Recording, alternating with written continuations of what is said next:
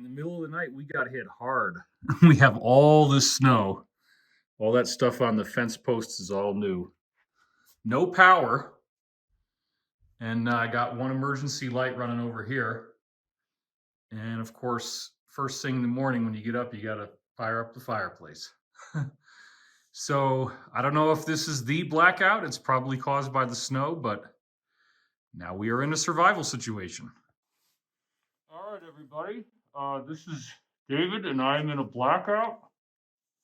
The fireplace is working, but it's not pumping out air like it's supposed to. There's supposed to be air coming out of these valves right here, and that's not happening. But we do have a lot of snow. There's no doubt about that. So I'm going to try to go out there and solve this problem, which is allegedly involving cleaning my air intake valves off of the generator. Oh, this is a mess.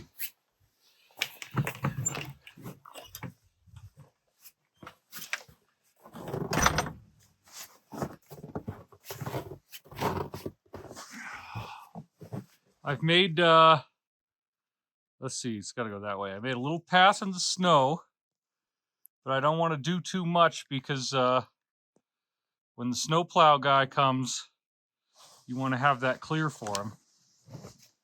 Okay, let's see if we can make this work. Because otherwise, we're in a blackout, and even our backup generator won't work, which is kind of scary. It's kind of scary. Okay, so here's the door, and I've been clearing out the snow down here, which is a necessary part of the process. I'll continue doing some of that. You gotta be able to get the door to open, of course. Okay. Let's see here. I probably want to put at least one glove on, but the other one I can use for the gimbal here. All right, here we go. Let's see if we can get this door to open. Oh no. It definitely doesn't want to open.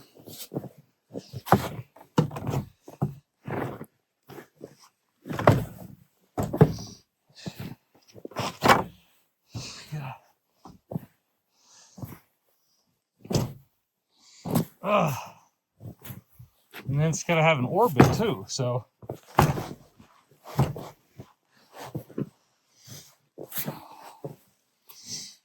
Yeah, this is definitely a pain in the ass, which is why I wanted to film it. So you can laugh at my expense. Okay. Will it open now? Oh, there's two latches, my God. I am really stupid. Look at this, folks. That's an example of why. Well, I've never done this before. All right, it's opening. It is opening. Okay. Shit. Oh, I need more orbit. Okay, folks, we're back on the solve the power outage problem. We've had this very, very wet snow. It is very deep, as you can see here. Just, you know, it's going to have to be going back over to this now. 7 or 8 inches. Look at the roof. Actually, it's got a lot of snow on the roof. And we have no power, so this is a little unnerving. But what the heck? So we have the generator, but it wasn't running. And apparently this is because it was, the air intakes were covered. So that's where the, that big one is where the propane tank is. And then this is where the generator is. So I've dug out everything. I needed to make some room to open the doors and get all those air vents opened up. This is a monster. It's 50 kilowatts. Should be enough to run the whole house. It's not plugged into everything, so you see I dug all of this stuff out, went to all this trouble, and then even in here you can see the engine compartment. This is an all-American, gigantic, noisy diesel, well, propane engine with serious amounts of firepower. Whoops. Let's try to fix that. We just did like a kung fu teacup dance with the phone here, I think. So I dug all that out, and I was looking for a starter button. Like, okay, is there a starter switch in here? Where in the world would you hit the button if it's crapped out on you to make it go again? Well, then I figured out that this also can open. This door right here. Whoops, it just did its loopy-loo again. Let's try that, come on. All right. Okay, so there is a panel inside of here that I think is going to solve all of our problems. But I wanted to do it live, just like, you know, our friend from Fox. I wanted to do it live. All right, so let's see. Manual set exercise time. Oh, look at this. There's some instructions. It says generator will automatically start every Wednesday at approximately 10 o'clock p.m.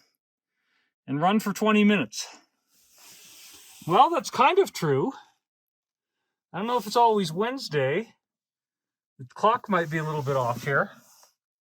Okay, so it looks as if I think all I have to do is turn the circuit breaker on and off. So let's see what happens. Ready?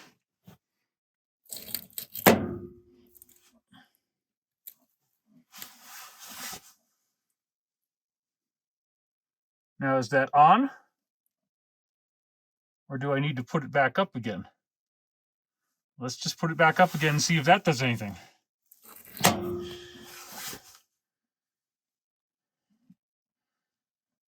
Well, let's put it back down, because that makes a big click.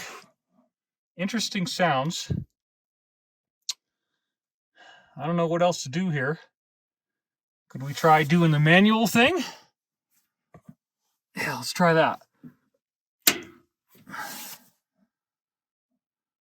Nope. Put it back on auto. All right, I gotta read the instructions, folks.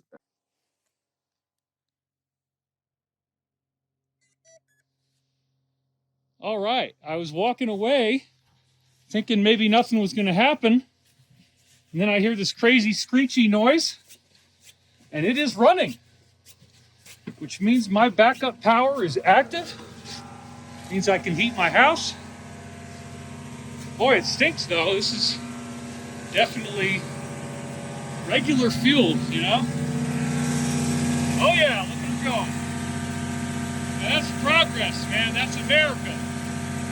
Welcome to America. Gasoline, oil, propane, natural gas, nuclear power. Yeah. All right. It works, baby.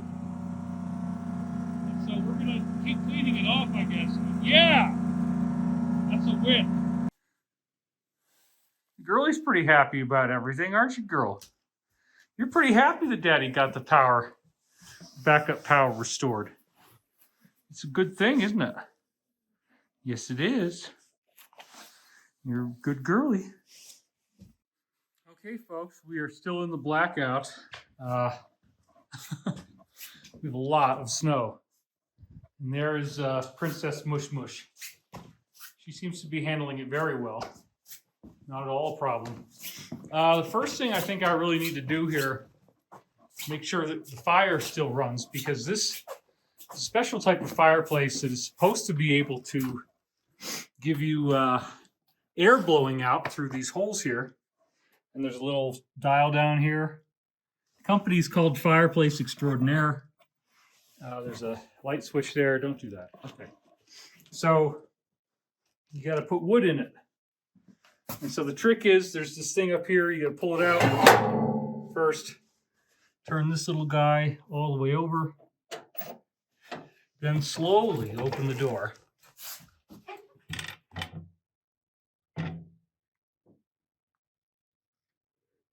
Okay, so I've been burning wood.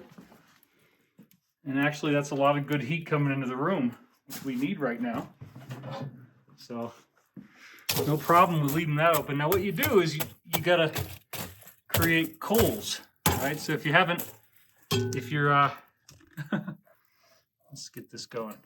So if you haven't really played around with fireplaces and then all of a sudden you have to survive, this is part of what you got to do, as I've discovered. And actually, you can pick these up if they fall. If you got the leather gloves on. Okay, so now we got a nice bed of hot coals. And it's very warm, so if I wanted to, I could just leave the doors open, I guess. But then I've put this firewood over here. Now, these are the warmest ones. This is some kind of very intense hardwood. So we'll throw that in. We don't know how long the power is going to be off, but right now we have nothing. Not even the... So you throw a couple of these in there, and then the next thing you know, they just start going crazy. Whoops. Still trying to... The gimbal has its own mind.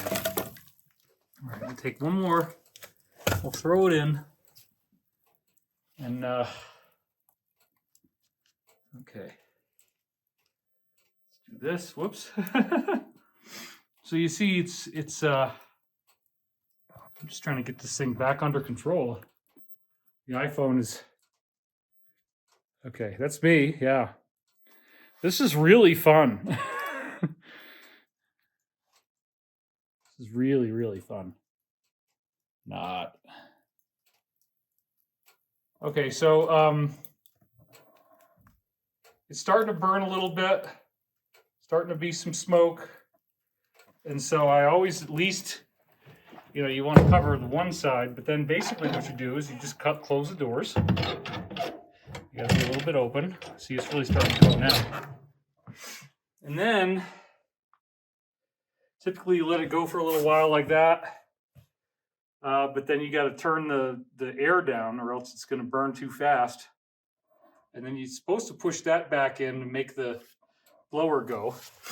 And this is the switch for the blower down here, along with my massive torch lighter that will instantly light up a fire. But we're not getting anything to work. So we're just going to let that burn at a kind of an intense speed for a while, because it'll build up some heat, and then we'll turn down the airflow. But other than that, we got enough fuel to keep us warm through the day. We probably won't have a power outage for more than one day, but the big no-no on my prepper list, as it turns out, is that I don't have any type of backup power that I can get this blower to run with. And then the only other thing I could do would be to try to figure out, okay, well, where is that? Where is the power source? So, you know, a lot of unanswered questions here. And the camera is moving all over the place. And there's Mush. You can see her. Yeah. Mush Mush. She's pretty happy about everything that's going on. She doesn't really mind having the power out, you know? Doesn't affect dog food or anything like that too much. So I don't know what the hell to do. I mean, there's a circuit breaker down here, but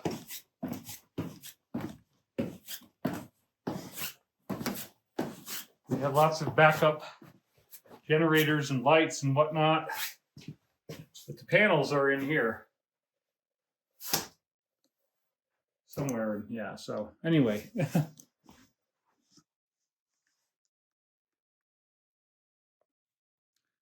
so we have the fireplace going, but the only way I'm able to get warmth into the house is with the doors cracked, which means I have to keep my eye on it all the time. I have 2 EF Delta power packs here, which have already been charged.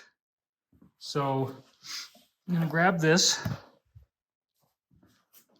This should have enough power to run a lot. It's like 850 watts or something, so way more than I'm going to need for this. So we'll put the EF Delta here.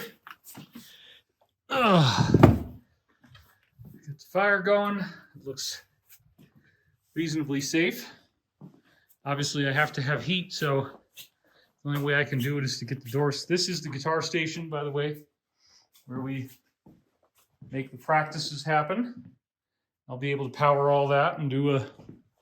Oh, these are my emergency satellite phones, which I still have 3. Okay. So what we got to do to keep everything warm is grab this secret fan. Then what we'll do is blow the air into the rest of the house. If this is going to work, it'll be great. And I think it will. Okay. This is no power. We have a power outage. It's a blackout. We have no idea when it's ever going to come on again. You can use solar energy on these, but there's no sun right now to power a solar panel. So I think all you have to do is turn the switch on.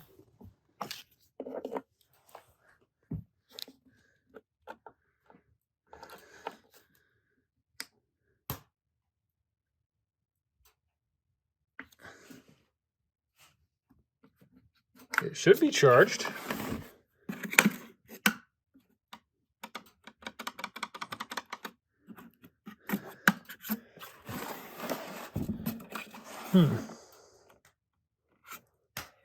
There's an on-off button. Okay, here we go. So now we got that. So it is running. Then you go over here and turn this on, I think. Yay! All right. Then, are we ready? Is it going to work? I think it's going to work. Here we go. Yeah, baby, look at that. Look at that. Who says we can't improvise and create a home heating solution in a total crazy blackout with snow piling up like this? And it's looking kind of bleak, but nope, we got a solution. I do smell some smoke in the house, but I guess smoke inhalation is a small price to pay for survival. Okay, we got Mush Mush. She's ready to go. The fireplace is working. It's not too terribly smoky. I can handle it.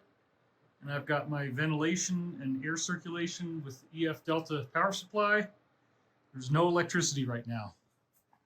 So we're going to do the walk. Because why not? But I am going to put it on the gimbal again. That'll be better. Okay, we're gimbaled up. We got the girl. We'll use the Canadian hat.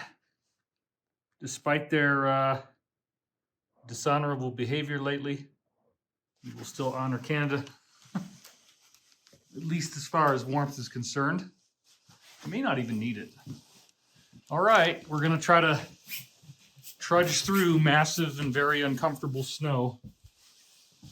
I'm not terribly looking forward to be honest with you. But that's why we're going to film it. That's why we're going to film it. Yeah. I guess I don't need my gloves. Okay, so the first thing I notice is that there's a lot of snow on the ground. So we have to kind of cut through it, don't we, girlie? No? No? The leash is all screwed up on her. Okay, hold on. This is what we gotta do, girlie.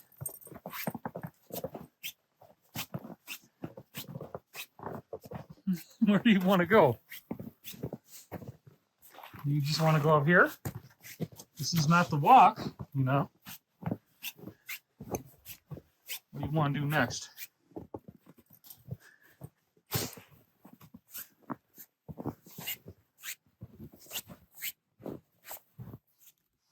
Well, girlie, you know, we got to think about what we normally do. There we go.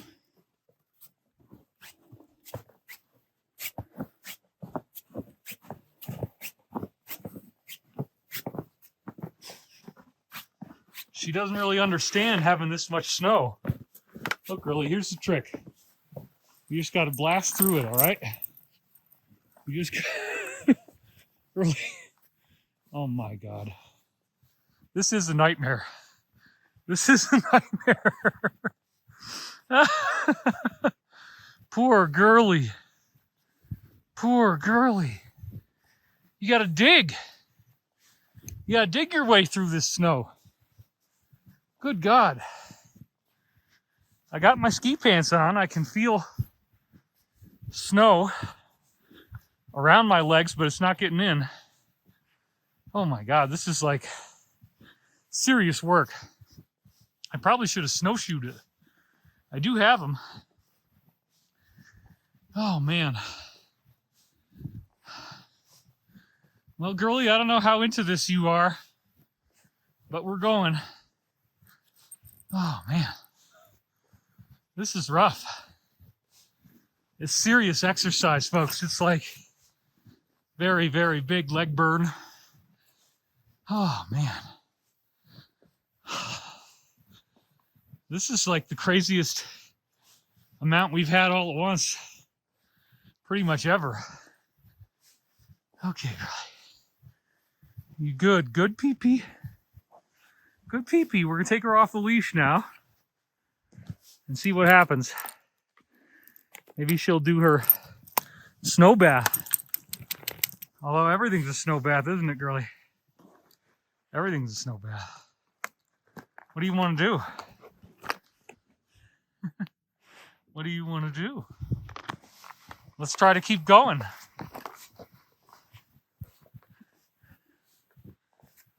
Oh, man. It's just crazy. Okay, she's getting her business done, which is a big yay. Because this is, as Richard Hoagland would say, this is nuts. All right, you're done. And you don't want to do anymore. I don't blame you. Let's get the hell out of here. Let's get the hell out of here. Because snow in this volume is exhausting. And girlie obviously doesn't want to deal with it. And neither does daddy. So we got that in common. Oh man, it's just a lot of exercise getting through this snow. Oh, that's right, girlie. It's a lot of work, isn't it? It's not easy at all. Oh man. So this is it. This is how you walk your dog in the snow apocalypse. And you get very winded very quickly. Our snowplow guy hasn't arrived yet. But we're getting it done. Come on, girlie. She likes to kind of hopscotch through the snow. Wow. I'm exhausted already. I mean, completely exhausted.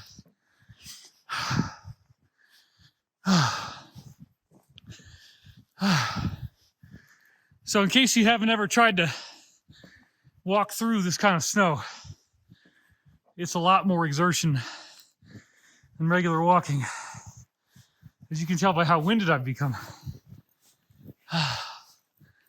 That's a good girl. That's a good girl. Yeah. Okay, Girlie. Okay. So we're not going to have to do too much because she was ready to go. She came right back inside. Okay, Girlie. You ready? Okay, there you go. So we made it. It smells beautiful in here. It smells like a campfire, a forest. Let's see how our fire's doing. This will be the last part of this video. Oh, it's looking real good. It's nice and warm in the house. Yeah, this is awesome. I got a good stash here and a lot more in the garage. Thank you for watching. Okay, so we are going to need more wood for our little survival mission here. So that's the next thing I'm going to take you guys through, how we handle that. Outside here I have my little luggage cart for firewood. And this is all we need. Because I've already anticipated that this could be a big pain in the butt. Let's get that door closed. Okay. We got our firewood cart.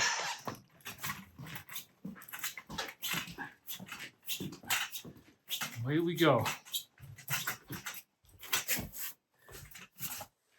So I have a whole wheelbarrow in the garage.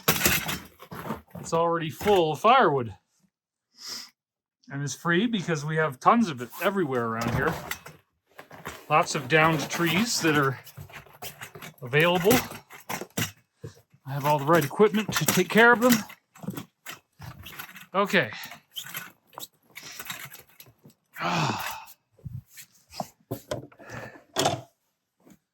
No lights, but that's what we're doing, folks. We got to get the firewood from the wheelbarrow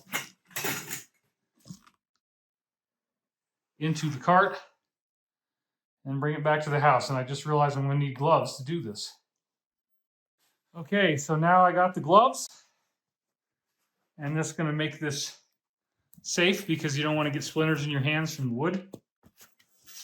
So that's what we're doing.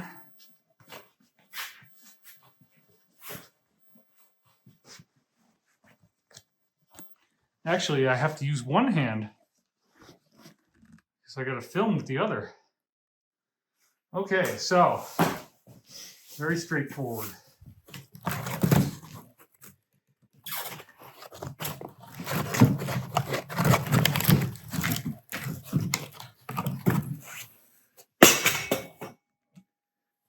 Okay, take the big pieces and put them on there first because you want it to be good at the bottom.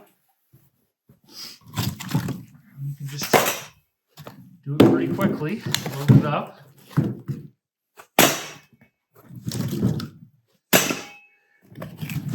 A lot of these are smaller pieces. That's okay.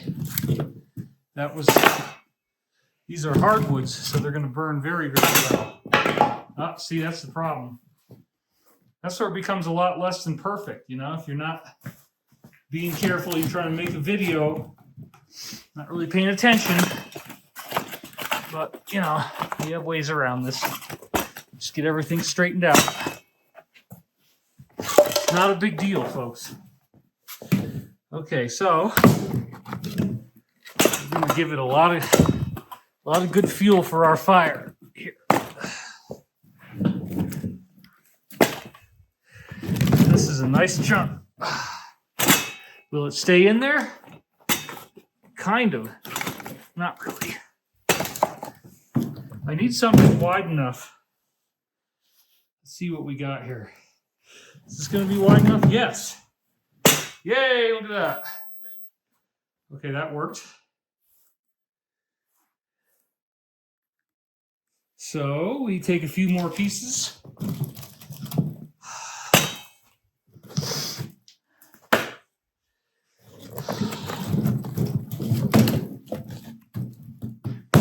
Got some funk on it.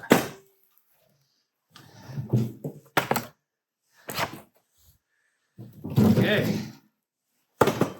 This thing can hold a pretty good amount. It's pretty impressive, so no problems there.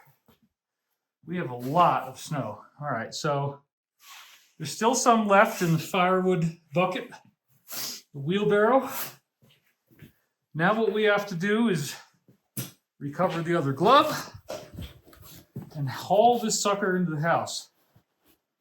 And you don't want to hurt yourself. You go up the stairs one at a time. Take it nice and easy. This isn't very heavy, actually.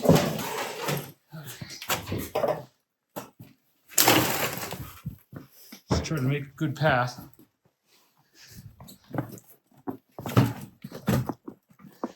There we go. Okay. You gotta go the other way there.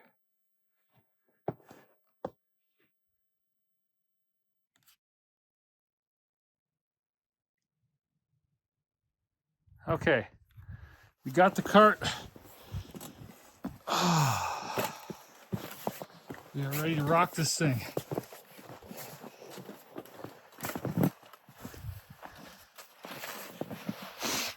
Just really not a big deal getting it up the stairs.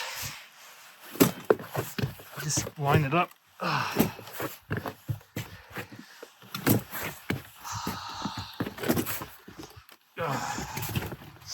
Then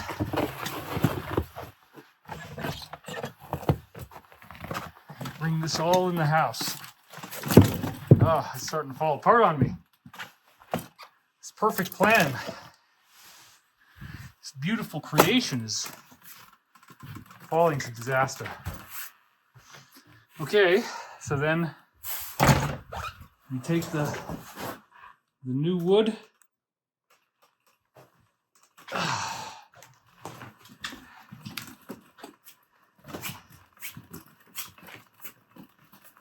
You just gently roll it right through the house. Don't hit the guitar. Don't hit anything. Oh shit.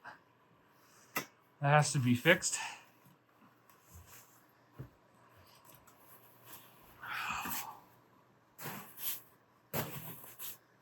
Okay.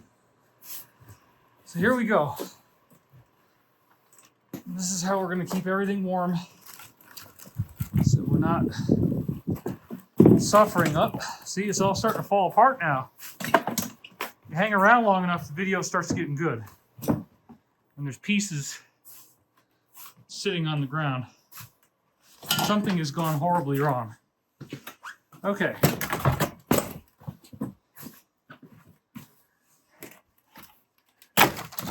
You just chuck it on there.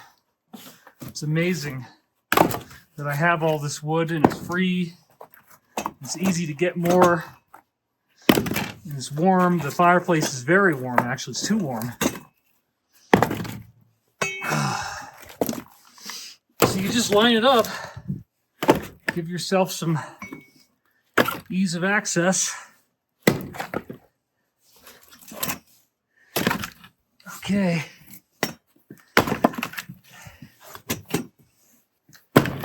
There we go. It's starting to take shape.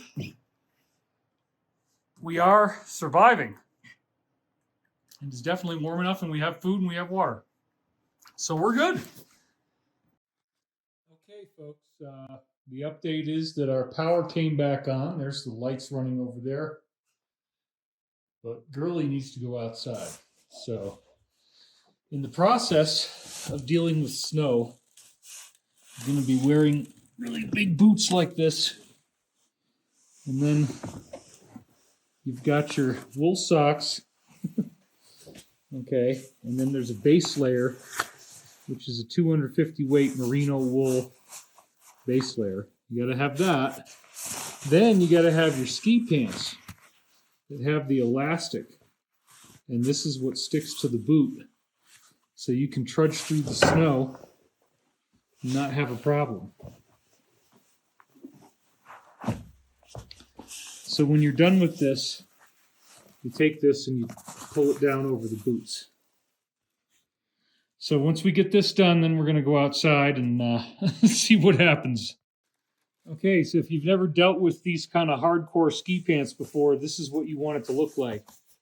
You got the elastic snapping tight to the boot like this, and that's one layer, which then this goes over the top. And actually, almost all the snow stays out of your shoes no matter what you're going through if you do this. Okay, in our next episode of Dumb Things That You Do, I realized that I think I left my jacket outside. All I have on right now is this base layer and my ski pants that I just put my boots on for. So we're going to go see if I actually left it out on the porch, which I think is what happened. Yeah, see, I already tried to shovel. I didn't get to this part. It's a big mess.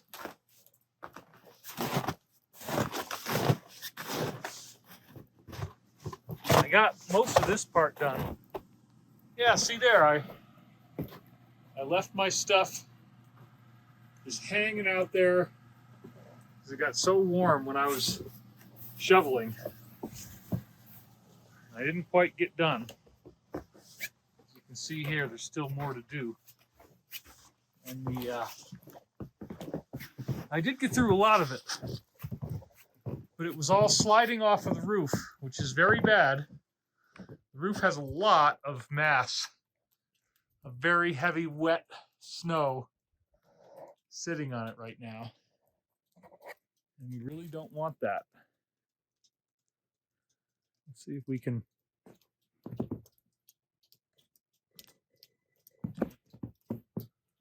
get this working for us. Now we have to get the girlie what we lovingly call her dumb little jacket.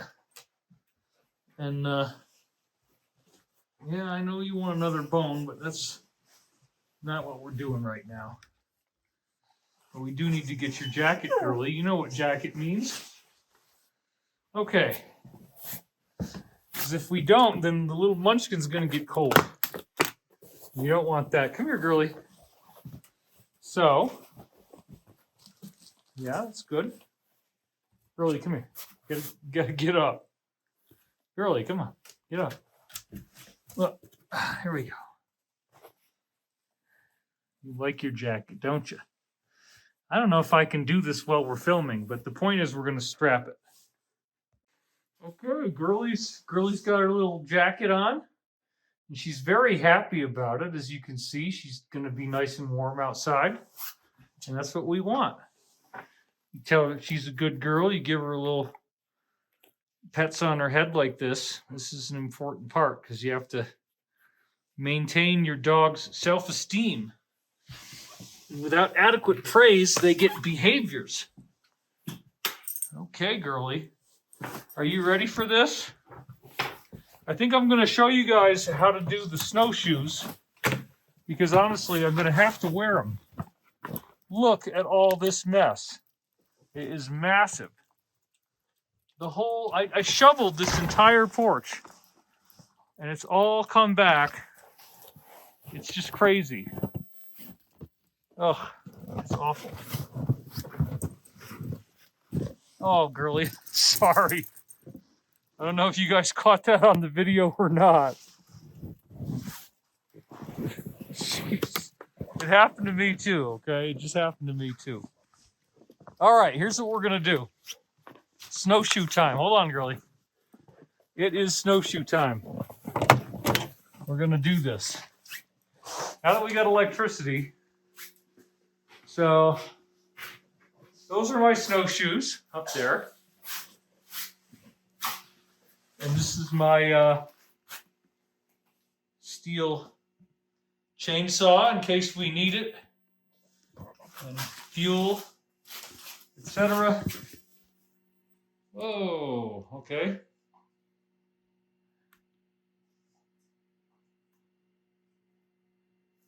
Anyway, here's the snowshoes. We're going to take the big orange ones. It's something. It is really something. Okay, folks.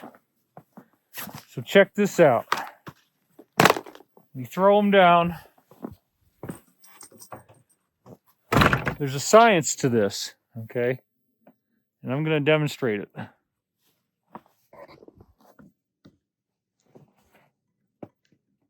Boy, this is very, very fussy. Might have been better if I had just tried to shoot. I don't know. Why do you think I want to look at the sky? There we go.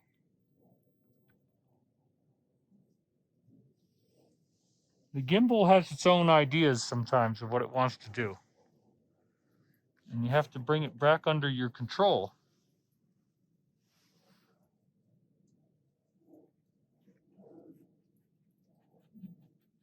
That's my girl. That's my girl. Okay, so let's talk about snowshoes. Because you're going to see how awesome it is that I've got these in just a second. Girlie, we don't want you to love the camera, though. There's nothing to love. All right, I'm going to take it off the gimbal. I'm going to kill the gimbal. It's the only way we're going to do this.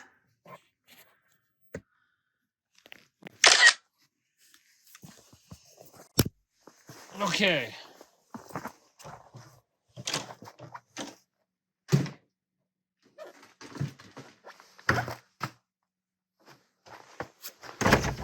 Yeah. You stay. You stay, girlie. You stay and you be a good mush mush. All right, so you got this tooth thing that you got to have your heel on. This I've already sized for my foot. And this I'm going to buckle down once I get my foot in there. But you kind of have to be on a surface like this stump here, which is why it's there. So I'm going to clear, oh man, it's cold. Clear off some of this.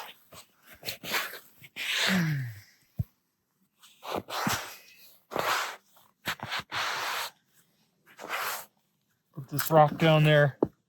Okay, there's a whole science involved. And we're going to do it the right way. Really got to stay. So you put it down, get your foot in there as far as you can. Go beyond the point you need it to be. Then you back into the strap like this with your other foot bound holding it. Back into the strap.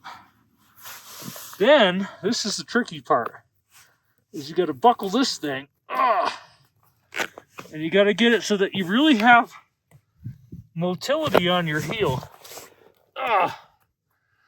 And once you get these guys down, right there, you have to stick it in these little things, or you're screwed. And it will just come right apart. So that's very, very important that that part's done. All right, so we got one shoe, and then you'll see what happens is it moves as a unit. But I have heel lift. That's critical. Okay, girlie. So, then we get the other one, and this is where it starts to get weird and dangerous. And when you do the second one, but that's why we got the stump. So that if I fall, okay, so here we go. Get it all the way up in there. And yes, I did work as a resort hotel where we had this as an amenity. so I know it very well. That was Mohawk Mountain House.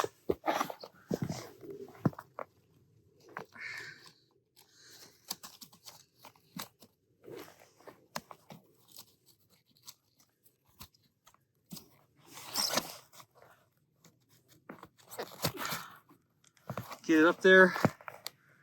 That's perfect. Okay, now slide it back. I gotta do that neat trick. Slide it back. Okay, that works. And now, I gotta tighten this thing, which is on this side, which is I'm not in the right position for. So I'm gonna get like this.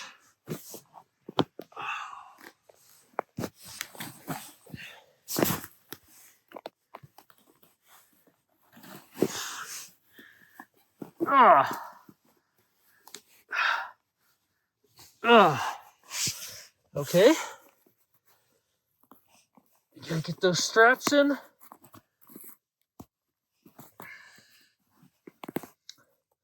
All right. I think we got it.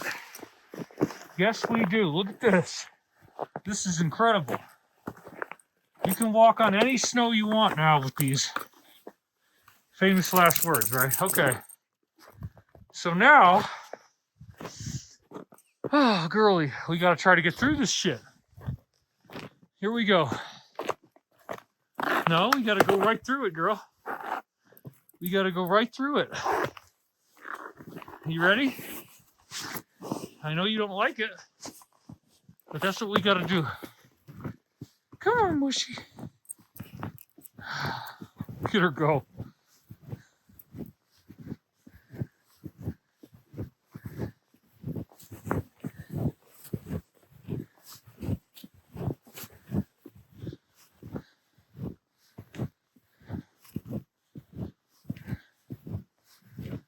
It is a lot less work with the snowshoes, believe it or not. Despite how crazy they look, you're distributing your body's weight over a larger area when you come down. So you actually move more snow. Okay, girly. Let's get you off your leash so you can be free. We just want to make sure there's no creatures around. That's the whole point. Okay. Look at her go. This dog loves the snow. She's built for it. It's in her breed. Wow. Snowshoeing is exhausting, I gotta tell you. It's incredible exercise. Holy crap. How far do you want to go, girly? She's kind of like, I don't know. You know, this is really not that exciting to me right now. I basically am chest high. Yeah, I know. I know, girly. Look at you, got a snow mustache. She is the legend of Snowbeard. The legend. The legend of Snowbeard lives on in the minds and hearts of millions who watched this video.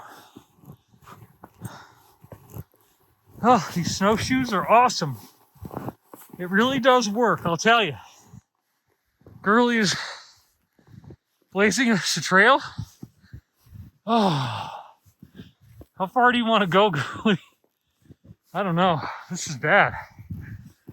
Look at her. It's always like this. Good girl. That's what we want. That's what you want to see. As a dog owner, certified dog owner. Oh, are you done, girly? You want to be done? You want to smell that moose? She's very excited about the moose. You want to go home?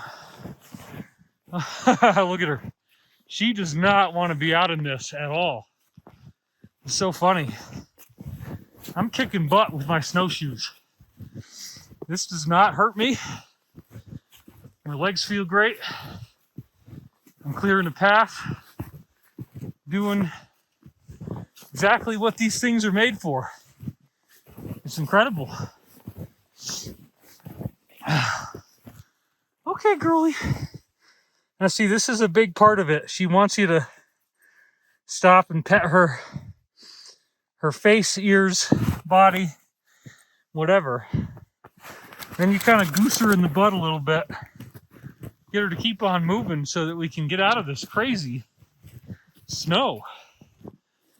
My hand is freezing. She wants pets along the way. Oh, man. It's invigorating, though, I'll tell you. To be out here and fighting the elements in a survival situation. Oh, man. At least we have power again. But when you get this much snowfall, it's just crazy. And then what you have to do to fight through it. Oh, and this hill is brutal with this much snow. All right. Good girlie.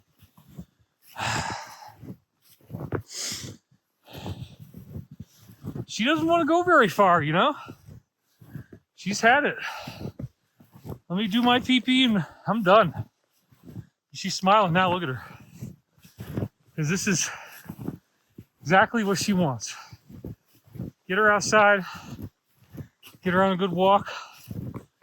Because no matter what weather you have, this dog needs to go outside. She needs to go outside. Period. So that's why we're doing this. Oh, look at all the snow falling off my roof. The house. Oh man. One just fell. It's so much work cleaning up this crap. And I don't even want to do it right now. I'm just done. But the snowshoes are incredible. And I'll show you how I get them off now. It's a fast burn, but it's a lot of exercise. Okay. It's not too bad. Just pull these off. Do that.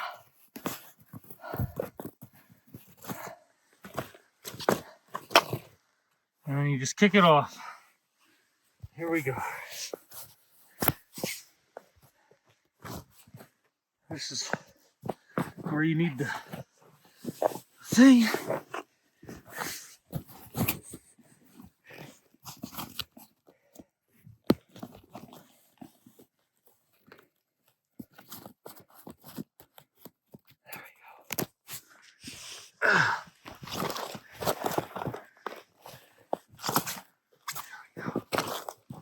And there you have it.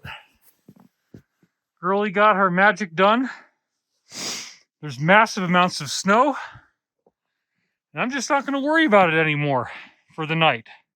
Well, I want to end this video by showing you the next day. I mean, this is a 3-foot thick mass of snow across my entire porch with more, much more getting ready to fall. It's the same deal over here. It's going to take hours to shovel this stuff. It is so heavy. But I'm going to have to do it. I still got this pile here, and then all this stuff falling off the roof, creating icicles. So today, as the sun comes out, all of the snow accumulation will greatly increase. But what the heck, it's beautiful. Okay, I wanted to show you guys one last thing, which is this black surface that forms on the glass that seems like it's almost impossible to get off. It's called creosote. And I tried to attack this before with a scrubby sponge, and it actually created a little bit of scratches in the glass, which unfortunately I will never be able to fix. But that's where this comes in. I went to the hardware store, and it is a fireplace glass cleaner, supposedly. So they told me you just spray it on, and it's supposed to come off. So let's see how well this works, and hopefully I won't have to use anything else. I gotta get the thing opened up here.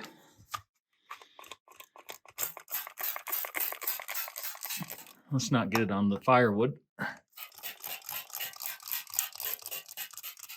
I don't know how much of this I'm supposed to use, but I think you leave it on there a little bit and it starts eating away. Just get all of it. What do you say, folks? Do you like cleaning? Is this fun? I don't know. I'm just trying to get my stuff done. And if you ever wanted to experience more of the prepper life firsthand, this is what you're going to end up doing, folks. Cleaning creosote. And it's normally very gnarly and not fun. Okay, so is this going to work? Is this going to work? Let's find out. I tried Windex before, and I don't know if this is going to be any better than Windex. Here we go.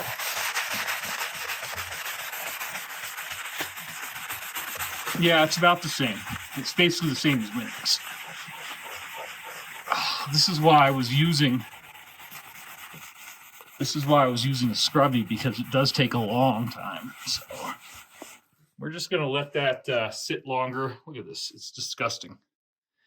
So yeah, that's the biggest downside of having a fireplace, is that, look, I mean, it's barely even hit anything. This is going to take a lot of work. Oh, God. Oh, well. There we go. Okay, so I switched to Windex, and this is the kind of stuff that happens. Okay, so I've made progress. I used Windex, and it turns out you have to use some kind of a scrubby. There's just no getting around it. There's no way this stuff is coming off just with paper towels, but look at the effect it has. So this side, pretty much got it, but then this side, this area here is just very difficult. So I'm going to wash my hands, wash the sponge, and then take a new crack at it. Okay, I've now taken it as far as I'm willing to go. There is still a little bit of a film there, but it's good, you know. As far as the ash goes, I don't need to really worry about this yet. I can leave it the way it is. But we're going to show you now how I start a fire. Okay, I changed my mind, and I am going to take some ash out.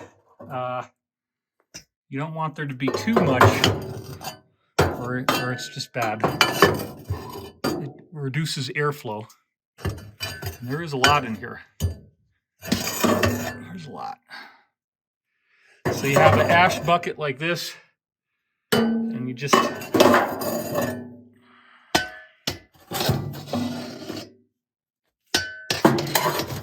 scoop it out. That's probably enough. I think we're good. So I've now brought in some pieces of bark from the porch, which will serve as excellent fire starters. They just catch on immediately, and they really, really go. So here's what we're going to do. We're going to make a bed of bark in the middle. This is just my own style, you know, and you guys can hate as needed online and tell me that I'm doing everything wrong and be critical, and that's awesome. You know, that's really improves my self-esteem as I'm trying to teach you these things, to know that your response is absolute pure hatred. You know, I'm down with that. If that's your style, if that's what you got to do to feel. Okay, so then what you do is you start building the pyramid. Okay, so you find little ones like this guy, and then you start. I'm going to prop them all up in a minute here. This is another little one. It's kind of longer. That might not be right for what we want, actually. You want short ones. This is a good guy. This is great to start with. Okay, so you get in here and you start building them into a shape that creates a whole bunch of airflow at the bottom. And then you have your bark in there to ignite it. Now, the last thing that I like to do before we put our final 2 pieces of the pyramid in here is I take a paper bag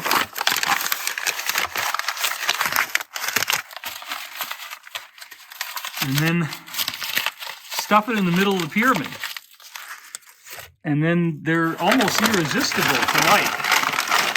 Fire just doesn't know what to do except to catch. Says, wow, this is all the fuel I need. Okay, so hopefully this is going to work. Hopefully the bag will be enough and the bark. Okay, let's start a fire. Are you ready? We have the torch here.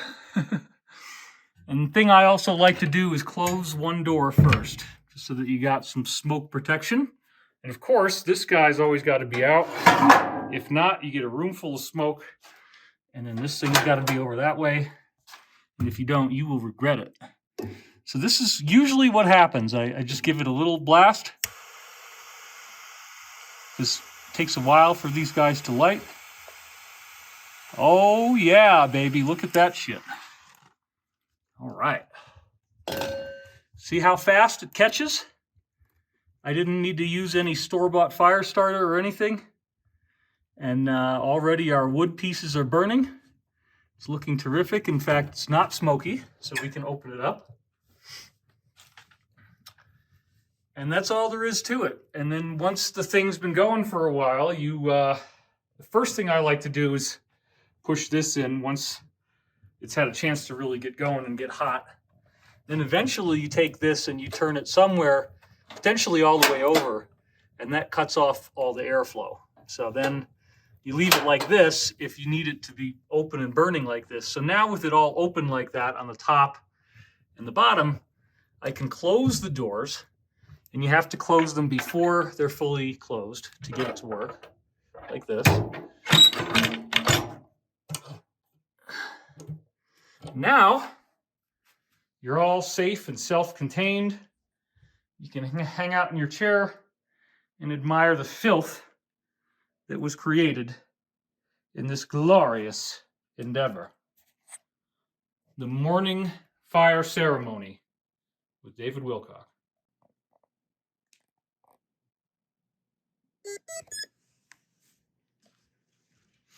All right, we got our gimbal. And we got a happy girl who's very excited about going outside in this mess. Such a good girl, yeah. This is very important. Her self-esteem relies upon, see, she wants more. She's like, no, you're not done. Then you see she's got this goofy grin down here that she's kind of hiding from me. So she is happy. She's happy about what's happening. Happy about Daddy's love. And she's got her Carhartt jacket on, of course.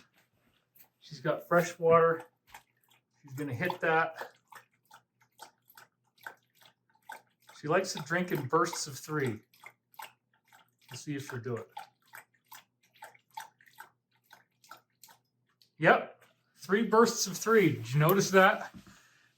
I'm not a prophet in this case. I'm just a scientist in this behaviorism. It's like B.F. Skinner taught about behavioral science, and that's what we're employing in this case. Okay, we got to get this on her. She has a boneyard here. All the bones that we toss her way to feed her endless, endless hunger, which is just insatiable. She is a beast. Okay, so this is a disaster. This is still a disaster. There's so much snow. And I am so tired, I just don't want to deal with all this. But I mean, like, I'm trying to show you guys just how big this is. Let's see, how do I do that? Okay, so you gotta, I've kind of just torn a path through. But yeah, it's a lot. I'm not really doing a good job of showing it, I guess. So the snowplow guy came, and I got good news and I got bad news, okay? Which one do you want to hear first? Girlie, just hold on. This is important. Okay, well, the bad news, right. So the bad news is, look at what happened here. These are my garage doors, right? And in order to get like the snow blower out on this side, or to get my car out on this side, obviously I would have to tear through all of this. And to try to give you a sense of just exactly how massive this thing is, like if we come over here to this snowdrift right here, this is, let's see, if I'm 6 feet tall, then this crest right here would have to be probably 4.5 feet tall, okay? So maybe even 5, not quite 5, yeah, it's about 5 feet tall, honestly, just almost 5 foot tall. So then when you look at how big this thing is, and it comes all the way out to here, and he's just like, yeah, you know, I think I'm pretty much done with this whole like snowplow thing, because you didn't really need that, did you? You didn't really need like your garage to be in any good shape. Girlie just got herself really got all tangled up here. She gets nervous on camera, but she was doing her silly dance. So we're not going to worry about that snow right now, but my God, I mean, look at this. I mean, the view is great. Okay, don't get me wrong. It's wonderful to have the mountains. And yet here is this snowbank that he's created around like where I normally try to clear all this out. And I just did. In fact, it was like 3 days of intense labor, but I only have 2 days, folks. I only have 2 days to go, as this stuff is not really melting. It just gets a hard crust on the top, and then it sits there. I've only got 2 days to go before we're getting hit again.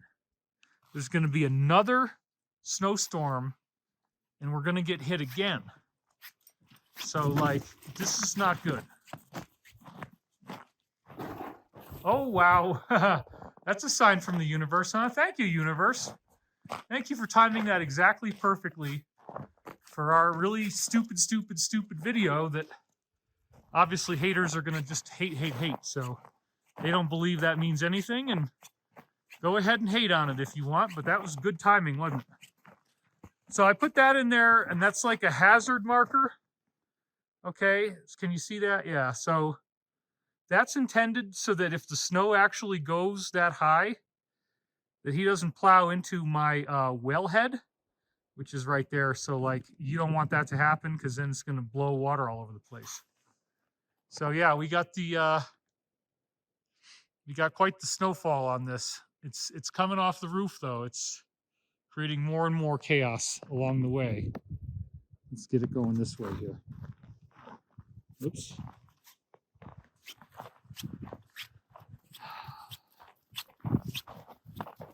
So we're just trying to make it alive in the universe, you know. That's not always easy, because the universe has tricks and nanoparticles and God knows what. So I think the girlie is looking at going down the driveway because she didn't want to plow through this stuff anymore. I can't really blame her. Yeah, we can inspect the job. This is just massive. It's massive. That's probably, yeah, that's over 5 feet. That's almost 6 feet tall right there. Holy crap.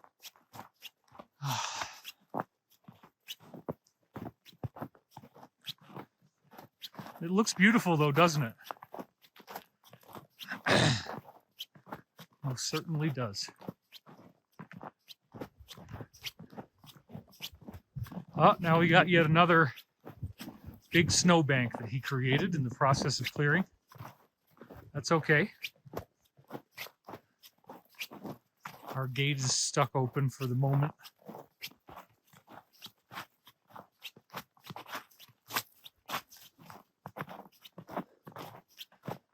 Well, yeah, I mean, before we have any melt, this is a saner walk for us to do, because it is walkable.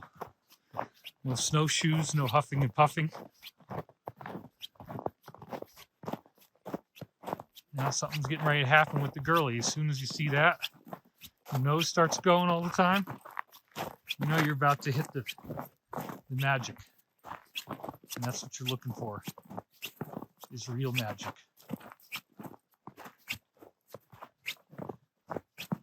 See, this is the joy right here. You're like, oh, thank God. Quivering legs and everything just to add some extra intrigue and drama to the experience. And then you walk down here and what do you see? You see something that's very, very beautiful.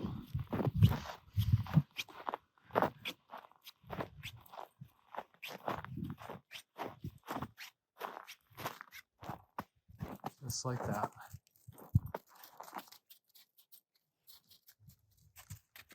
I got the girlie, come on out. That's all we need to do on that.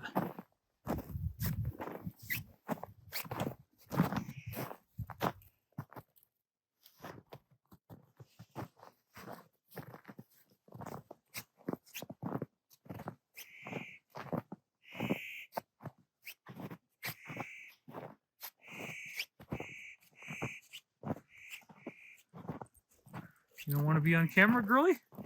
Well, there she goes. Now she's going to step back into the limelight. She's always looking for trouble. The main thing we always tell her, girlie, don't get in trouble. Right? So she will chase a moose. She chased 3 timber wolves. That's right, they were gray wolves, which are also called timber wolves. And there was 3 wild wolves living around here for a little while. And she and I had seen them in the car before. See, she's got new smells to examine. So, it almost exploded my heart when I let her out the door one day without a leash. And there's a timber wolf in my driveway just as big as her. Same size, and it's all gray. Big fluffy tail that looks like you could make a huge fur coat out of it or something, which I'm sure people used to do. Thankfully, nobody's doing that now, but anyway, she ran off and chased this, and there was 2 others behind it, and they chased behind her. And I'm thinking, oh my God, my dog is dead. This is the end of the road. But you know what? I yelled and yelled and yelled for her. Waited a while, and then I'd already given up. I'd written her off for dead. She's really into this, right? Whatever this is just fantastic. Okay, that's enough. And then off she goes running. She comes back after about 10 minutes of me yelling. Big, huge smile on her face. No blood around her mouth. She's totally fine. Nothing happened. She's fine. And with 3 wolves, are you kidding me? And they were all, that's the part we don't want to show you. So that's what we really wanted. So this is the magic. Okay. So we are back in business. And Girlie has actually done the business, which is just a code word for defecation. But I wanted to be technically precise. I now actually have her leashed behind my back, so let's try to pirouette a little bit. Yeah, that works. All right, Girlie. See what I mean about how she's always looking for trouble? I swear to God, if I let go of this leash and we're not on our normal prescribed path, and I haven't disciplined her to make sure that she doesn't go off the trail abundantly, even if I do, I mean, she'll just run away. But nobody really wants to deal with this snow, but apparently now she does, because she's going towards it. What do you think, Girlie? You want to try to trudge through our path? She is going for it. Uh-oh. Well, I made a path already, so...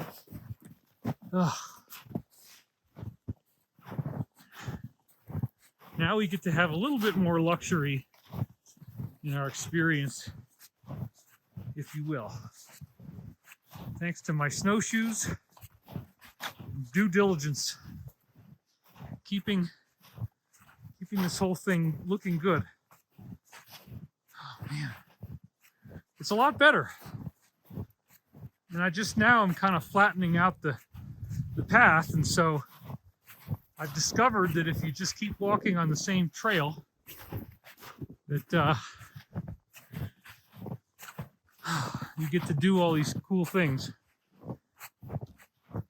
and not have to worry about trudging through the snow every day, because now you can just walk. But you got to keep reinforcing it twice a day. That's what Girlie wants, is 2 walks a day. Okay. So now what we're going to do is get her off the leash, which we usually do, and she knows this, so she's stopping. Okay, that's good. Hang on, Girlie.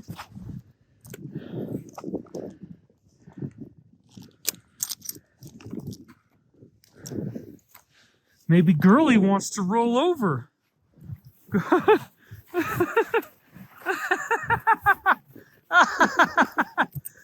Good roll over, Girlie. Good roll over. Girlie loves the snow. She loves to roll over.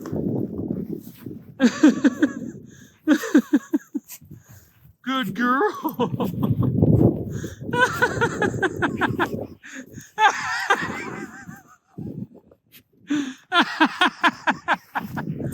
You're gonna be so fresh. Your face is gonna be all fresh. You're gonna smell like whoa, you're doing even more. Good roll over, Girlie. It's so good that you did that. It makes your fur all clean. You don't stink anymore, like a septic tank or whatever ends up happening. Come on, let's go. Look at her go. Good Girlie. Good Girlie. She is really cranking it. I can't keep up with that. I've had videos where I identify as an Australian geezer. The reason is that the internet is convinced that I am an elderly male who has feet that scream like, there's these little screaming baby faces in my feet apparently, and they're like screaming like, ah! I don't know. Oh. Good Girlie. Yeah, you keep it up, Girlie. This is like Super Mario Brothers. And she just got the mushroom or something. Oh, good roll over, Girlie. Good roll over, Girlie. Yeah. What else are you gonna do? Ah, you're making me tired just doing this. All the talking, I guess, is burning more oxygen. Woo! This is crazy. But this is what I'm doing. This is the walk when I'm here, which is probably not going to be very much longer. Somebody else will be here looking at the house, but not me, because I'm going to Niagara Falls, baby. We're going to start making advanced technology. So this is going to be a great place to come and see, but probably won't be here most of the time. Although you can imagine how hard it is to pull yourself away. Oh, Girlie's just gonna take a seat. It's exhausting, isn't it, Girlie? All that hopscotch stuff you were doing. That's a big caloric burn for the big mush mush. She is just happy to. Daddy's tired too, Girlie. Oh wee. So if it was visible, this is a huge pile of logs, which is probably enough for me to live out here off of the land and just hunting and natural water supply in the event of some sort of non-radioactive end of the world, you know. I got a long amount of wood here and then a hell of a lot more over there if I wanted to cut it up. But this right here is years worth. And so all the bunnies have discovered a wildlife habitat, which they are very, very, very excited about. That they have this super motel that they all get to live in. And so the Girlie here is very, very into the rabbit pile. And she will dance all around it, prance all around it, and act really silly and crazy. But that's what she does, because she's our mush. So we are going to proceed. Are you ready, Girlie? You have enough energy? I'm pretty tired, but let's keep. You want to keep going? She's looking at me like, oh, I don't know. Maybe. All right. I got it in me. What the hell? I got to do this for the people, for the good of humanity. The creation of such exploratory material. I'm very blessed with this property. It has an amazing location, and you get lots of land surrounded by more land that nobody can own. And we have put up all of our girly. No, you know that. See, she thinks because I'm doing a video that she could do that, but there's a rule that girly always has to stay within visible range. And this is because one of the times I popped this hill, there was an effing moose down there, and this girl went off after it. Oh, yeah. I like it, girly. I like it. You kind of got the half on, half off snow style right now. Sporting a new 2022 fashion statement of outdoor wear. So this is what I do, folks, okay? You want to know the real thing? It's Boulder down there somewhere. And like I'm up here in the middle of no hellwhere with just mountains and antelope and geese and anteaters and spiny brachiopods and trilobites. Well, those are in the soil way down under, but anyway, I'm just being facetious. We have a bunch of wildlife here, but okay, so my neighbor carved this path. He's authorized to be here. He's the only one. So he walks with his dog, which is the St. Bernard I was talking about. That's Rusty. And I let him do it because, you know, it's a great view and I want him to be able to see it. And we go this way. This is the path that I prefer as I'm going through this hike every day. Now this is thick, thick snow. So when I cut through this with my legs today, I was incredibly exhausted. There's absolutely no way I could have done a video like this. Absolutely no way.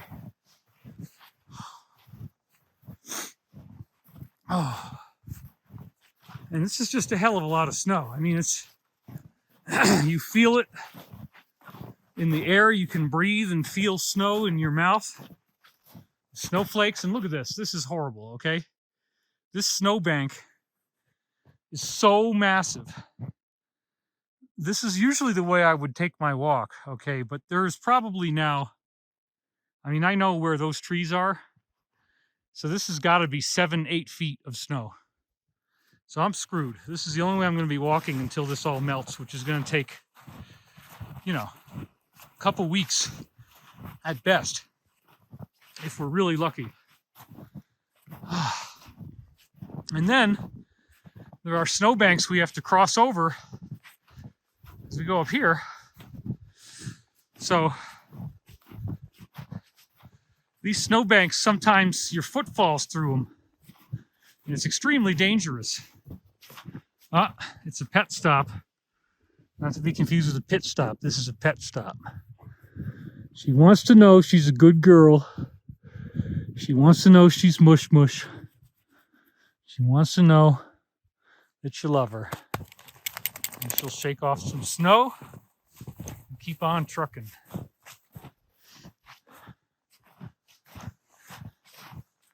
Yeah, imagine if this was 3D and it was like virtual reality. And this is the exhausting walk your dog in the mountain paradise snow virtual reality game. Well, you're not going to get that, but you are going to get a video. So we will proceed. I want you to see the full vista of what's being made available to the sights and the senses here, because it is splendid, as they would say in the UK. Just splendid. Now, Girlie loves this area over here that she's going into, because there's always Rusty pokes around in there, so she's got to smell him. Yeah, see, that's more rusty. Come on, girlie, you know who that is. Let's just focus on what we're doing. So this is where it starts to become exceedingly beautiful. Okay, look at these mountains over here that are about to show up. And then check out how the vista will expand from here.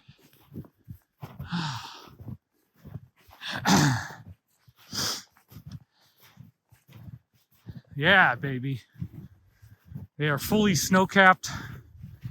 So this is like the best of anywhere you'd want to go, like the Swiss Alps or Canadian Rockies. These are the Rockies, they're just a little further south. You see? It's incredible. Absolutely incredible.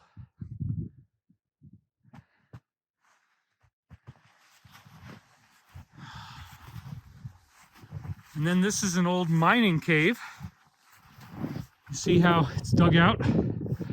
There's a tungsten mine. So during World War II, they could dig out these rocks that had tungsten in them and then sell them to the government, and they'd get no bid contracts. In other words, however much you brought is however much money you had that they'd pay you. So these mountains were ravaged by these people. They cut down all the trees for fuel. They burned them all. Everything was bald. Nobody lived up here. And it was just being exploited for mining. And now it's a preserve. So as a result, I can't do anything. Girlie, no. You stay visible. This is a very, very dangerous animal, so I cannot let her go beyond my visible sight, because then she can get into trouble, quote unquote. Okay, so this is as far as I could make it before.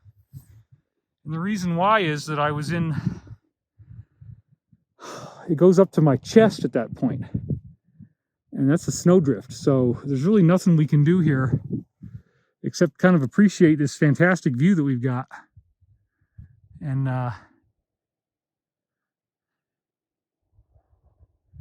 just get a sense of the peace that the mountains can provide. Because it is breathtaking. And it's very much worth the effort for me to walk up here every day. You know, it's fulfilling. Okay, girlie, let's go. She knows we can't make it through that snow. You want to get in front? Oh, maybe she wants to try it. I don't know, girlie. I think you're a big bozo if you try that. Yeah, see, she figured it out. Yeah, there's a no-go on that, girlie. Come on. She wanted to try it herself. And I understand that. Now we're going back through our little mine here. Tungsten mine. She wants more mush, which is very predictable. This is an essential part of doing the walk correctly to guarantee that her self-esteem is preserved. And if you're still watching by now, then this is somehow making sure that your self-esteem is preserved as well. That's probably why you're still watching this. All right. Oh, man. Wow, I almost fell. There's some crazy, crazy hazards on this. It's not safe. But when you got a mush, you got to... Are you going to roll over again, girlie? You going to roll over? You going to roll over, girlie? No. She's off after Rusty. Come on, girl. Come on. I know. I know. It's a great day. The sun came out, but I am so exhausted. How am I going to fight all that snow? I mean, it's just, that guy has left me with probably, I would imagine, 5,000 pounds of material that I need to move. And I have to do it in a series of increments, of course. That's probably how much all that snow is going to weigh to shovel it. So it's a lot. Come on, girlie. I guess she wants me to go first now. That's fine. Although it's a little more visually entertaining for you guys She's the one in the lead. You want to do it, girlie? Yeah. See, she wants to be on camera. Good girl. Yeah. You go get what you got to get. As long as you're visible, you can do anything. It's not violent. Which, you know, limits greatly her freedom. She wanted more mush right there. Gave her a little tap. This is all essential girly maintenance. All right, girl, what do you got now? More trouble she's trying to find herself in. You got trouble there? Somebody you want to chase? Undoubtedly. Good girl, good girl. We'll take our trail, not the neighbor's trail. What's this all about? Very important research that she's doing, I'm sure. Involved in her next chase. We were coming down this hill, and when she chased that moose, I was so terrified I thought she was dead. She came back completely unharmed, bounding through the snow just like a kangaroo. She's like a snow kangaroo. An alligator snow kangaroo dog. It's not quite a dog. Something more dangerous. So yeah, check it out. Pretty stunning stuff. No matter where you look. This is a true pleasure. So Niagara is going to be good to me, but I'm going to miss this. I'm going to miss this. And I love being here every day. Getting to enjoy the pyramid effect from the log house. And then, of course, being on top of the tall mountain that's just about as tall as humans can live on. Or where you can live, really. There isn't much higher than this. A town nearby called Ward is 9,200 feet. I'm at 8,600 feet. So it's slow going. I mean, I'm exhausted beyond belief. So we left these trees in as a natural wildlife habitat. So birds and woodpeckers can stay in there, and they can have their little worms that start to grow. That's the last one that hasn't fallen, except for this guy right here, which is just an amazing, amazing tree. And hopefully he'll stay rooted for a long time, because we love that tree. Okay, girlie. And then once I'm in Stavati full time, we're going to have undoubtedly security guards at the perimeter. All the fans that want to try to, oh, I'm going to come over to David's house. Yeah. Okay. Just bear in mind that some very significant danger in doing so. Codenamed Mush Mush. She is aching for a fight all the time. That's the way she's made. And the worse it is, the more she likes it. Her tail starts wagging. And I've had to accept that, that I have this volatile creature. But, it's her nature. I don't think humans should be that way. Hence my objection to the elites and their predatory ways. But I gave her a little head tap, and I am keeping moving. But sometimes her little love breaks are also winded breaks. Right, girlie? Daddy is kind of winded. This is quite a spot. Oh, she's going to sack it out. So here we go. Let's take a look at what we got right here.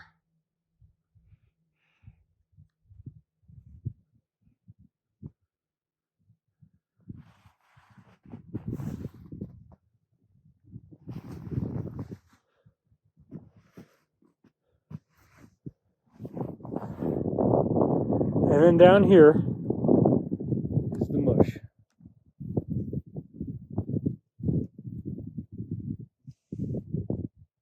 Okay, Mush, what do you say? Let's keep this party rolling. I'm really tired.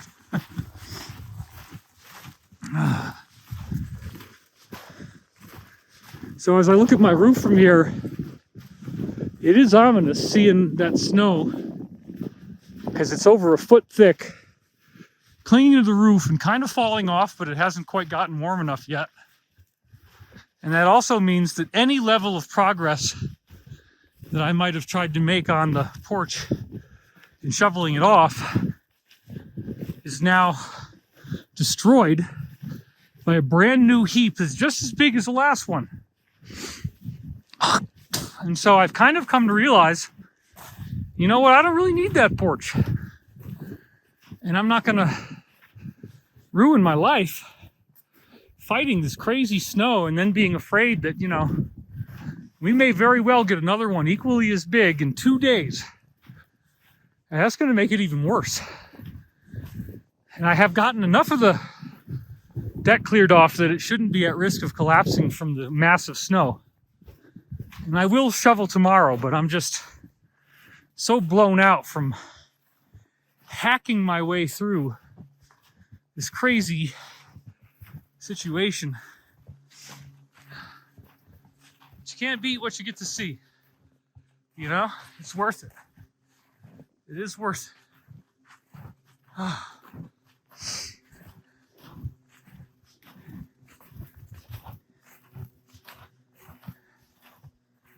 And as long as you keep this path alive by hiking it twice a day, then as each new snowfall occurs, you don't have to go into snowshoes. Because if you wear snowshoes, unless you've got the right kind of snow, where it'll actually walk on top of it. That only happens when it's dry and hard. But otherwise, snowshoeing is incredibly exhausting. What I'm doing now has much more longevity as a practice. You can actually get a longer hike in and not be completely winded by it.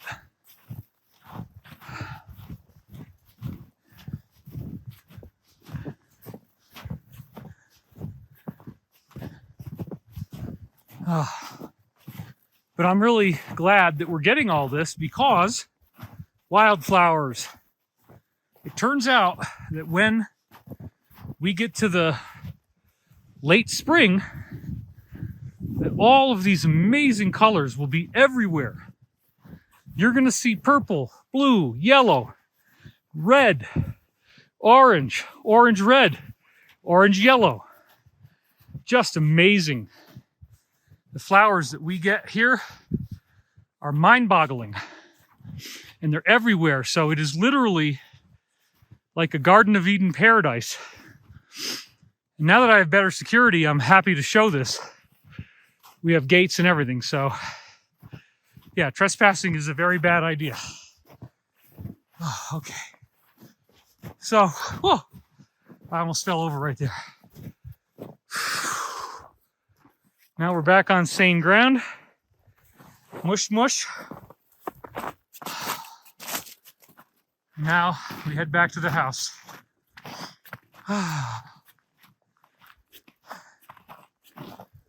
The Wilcock cabin. We're ready to have more snow, I guess. But look at how high my snowbanks are already. I mean, this is genuinely problematic because if the next one is as bad as this one was, and he's going to need about half of this space for more snow drifts. And I am worried about that roof too. I can try to hit at it with a rake. You're going to love this. I'll show you this. Well, I still have you. And Girlie, you know you have to stay. Stay, Girlie. Stay and be good. Okay.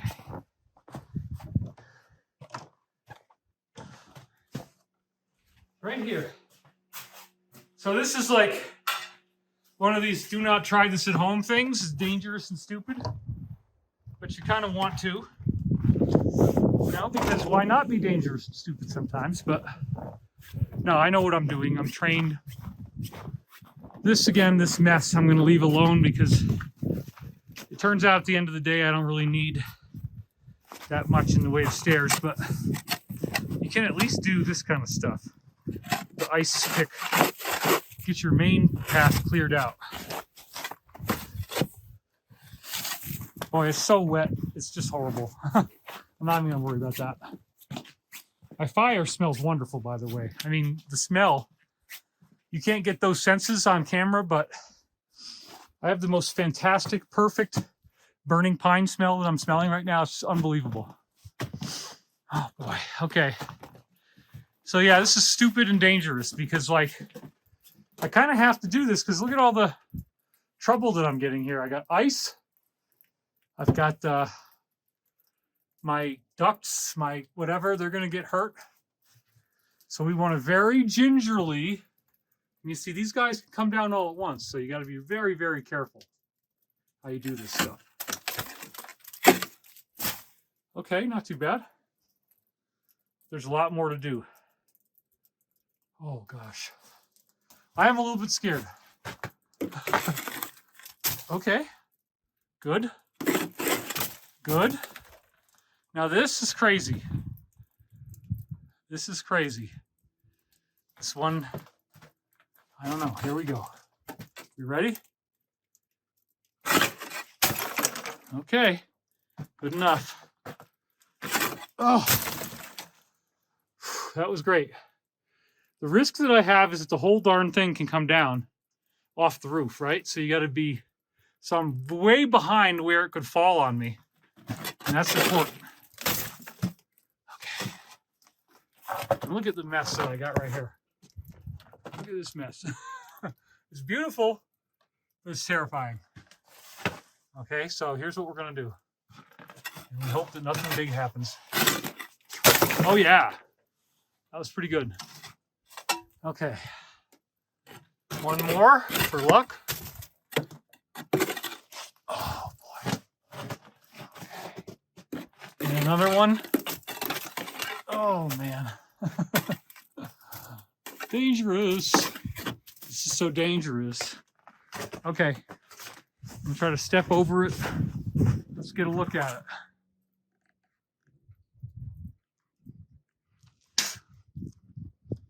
Okay, it's looking fine. It's not going to fall on me right now. Oh, this is not good, though. Look at this crap. Oh, Jesus. Okay, that definitely is like, it's like a sperm whale, a baby beluga that has attached itself to my house and is slowly dissolving it for its nutrition. And then I have a good long clearance here with no existing snow on the ground. So I have a good field of entry for this guy to fall. Ah, this is scary. Here we go. Are you ready? We got to be brave. We got to do this together. Girlie, oh, no, no, no. She walks right under it. Girlie, go over there. Over there. Okay. Let's just pray that nothing weird happens. Oh, man. God, please. Girlie, go over there. Girlie, Jesus, you walk right under it. Don't be stupid. In fact, let's put her in the house. We're going to put you in the house, Girlie, because this is becoming very adult. Okay, so I may have locked this door last night. No, I'll open it this morning. Okay, good girl. All right. Now let's get down to the dirty work because she was way too much of a security hazard. I mean, this snow is wet and it is thick. It is the worst thing you can imagine. Just, this is a big, big pain in the ass. And I think I got to hit it at the top first, even though that's more difficult. Here we go. I'm far enough away from it that I should be okay if it falls. Oh, yeah. Wow. All right. Well, we got the ice all at once. That's pretty freaking awesome. But we do want to get the do want to get the drift part because it's going to hurt the gutter if it turns into ice and becomes harder. So you got to basically just knock at it like this and hope that it's going to come off. Oh, man, it's so hard. I think I'm going to try from the bottom. Let's just try that. Let's try it from the bottom. And because that's a lot easier. And I'll get way off to the back here. If David dies, then you'll find this video like, this will be the last David video, you know? Scary and awesome at the same time. Okay, nothing happened.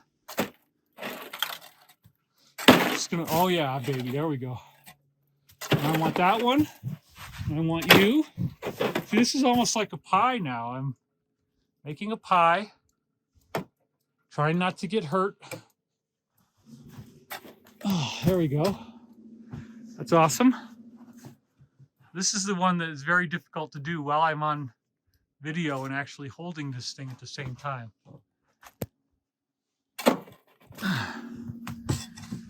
I can only do one hit, then I got to retire from it and rest. And then build up the stamina to do another one because I'm one-arming this. Okay, here we go. You ready? Let's see if we can get some action.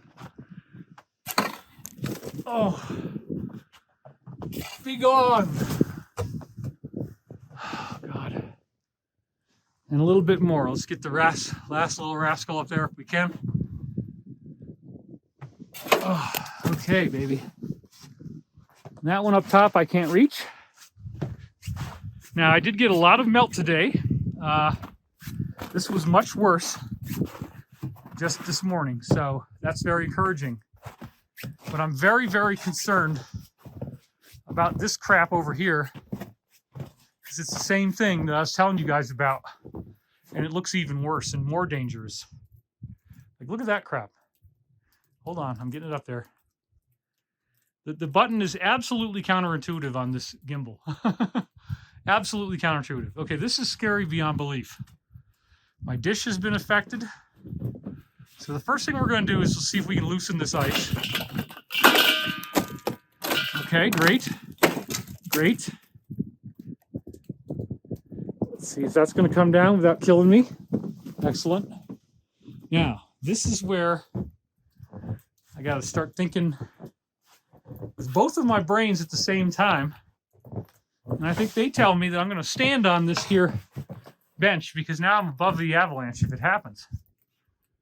Okay, so I got a pretty good clearance for debris fall.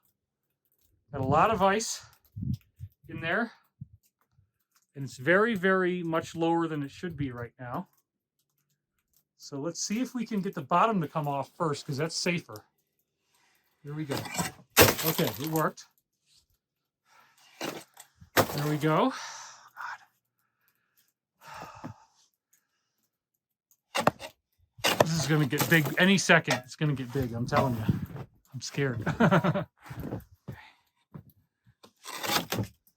Boom. Okay, good. That was safe. And this. There we go. Now, what about this bad boy? Can we shave him? Give him a haircut? Like, hey, buddy, can you just, like, shave off a bit? I'd like a little bit off from the top. I can't not have the geezer come out at least once in a while, mate. Admire my perfect view. And then it's just so great to be here when I can. You know? But I am not going to just, like, think that I can be entitled to rest all day and not use this amazing gift that I have to help people with so many different things now, including hover cars. It's awesome. Here we go.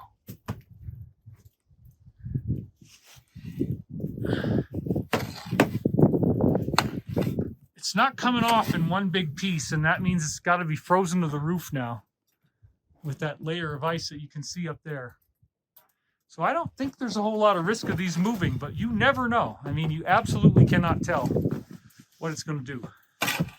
At any moment, it could all come down at once. Jesus.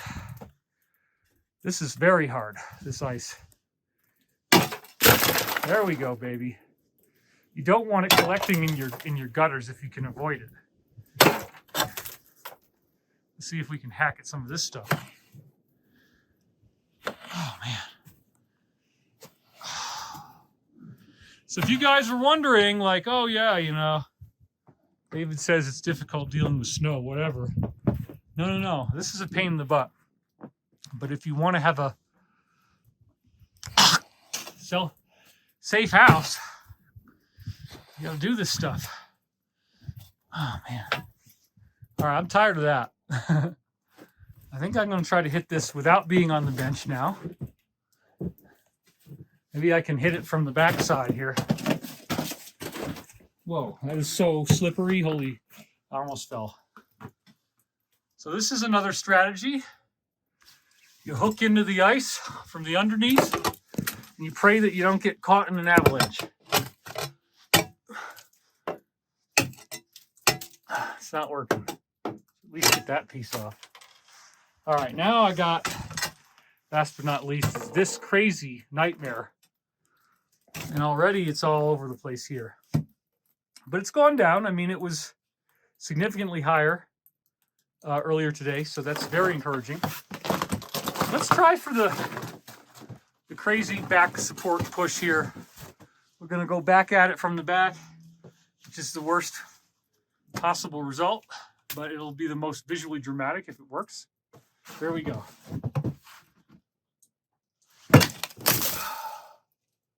Not too much.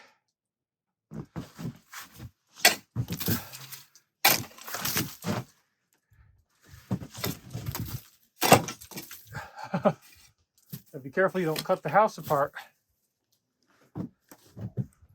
So far, we're alive. Yeah, that's perfect. That's exactly the way it should go. Perfect, perfect, perfect, perfect, perfect. Boy, I'm getting so confident, right? This is right when it's going to happen. This is right when it's going to happen is when you start thinking, oh yeah, I got this, I'm good. So you got to maintain your property. You can't just let it go to waste. You got to keep hitting this stuff. Okay, this is the last little bit. Whoa, that's some extra mass there. You gotta have to do it with a childish, playful spirit and just let God handle the rest. So this is all very dangerous right in here. Incredibly slippery because of this dripping water, which there's nothing we can do about because all that snow's got to melt like a glacier on my roof. We just want to reduce it. So certain things we want to get rid of, like this piece of ice. Get rid of that one. And I'm also on ice right now, so I got to be very careful. But I like to get rid of pieces of ice if possible, because then if you don't, they just keep melting and turning into ice each day. They just, one piece of ice turns into another piece of ice. Next day, melts itself down. All right, so I'm going to leave this here right for now. Let's just go inside.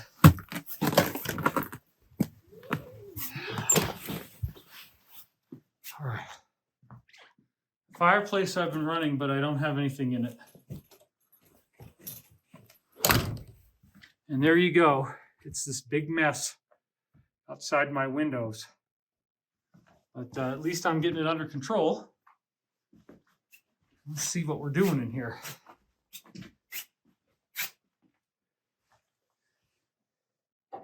Very, very important. And then, of course, very important, open it just a slight bit so smoke can go. This is so important. If you don't do this, it's all going to come gusting into the room. It's the worst thing ever. Okay. So now we've got our fireplace tool.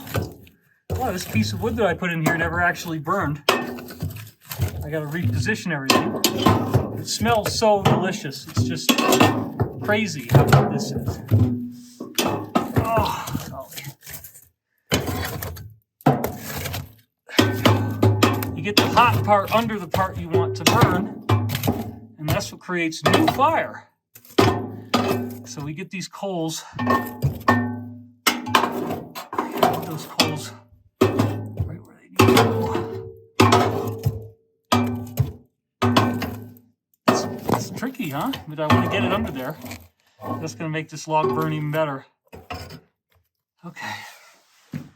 We got to close this up. And you can't close it all the way on the left. You got to get them like this. Then they close. So that's a whole special technique.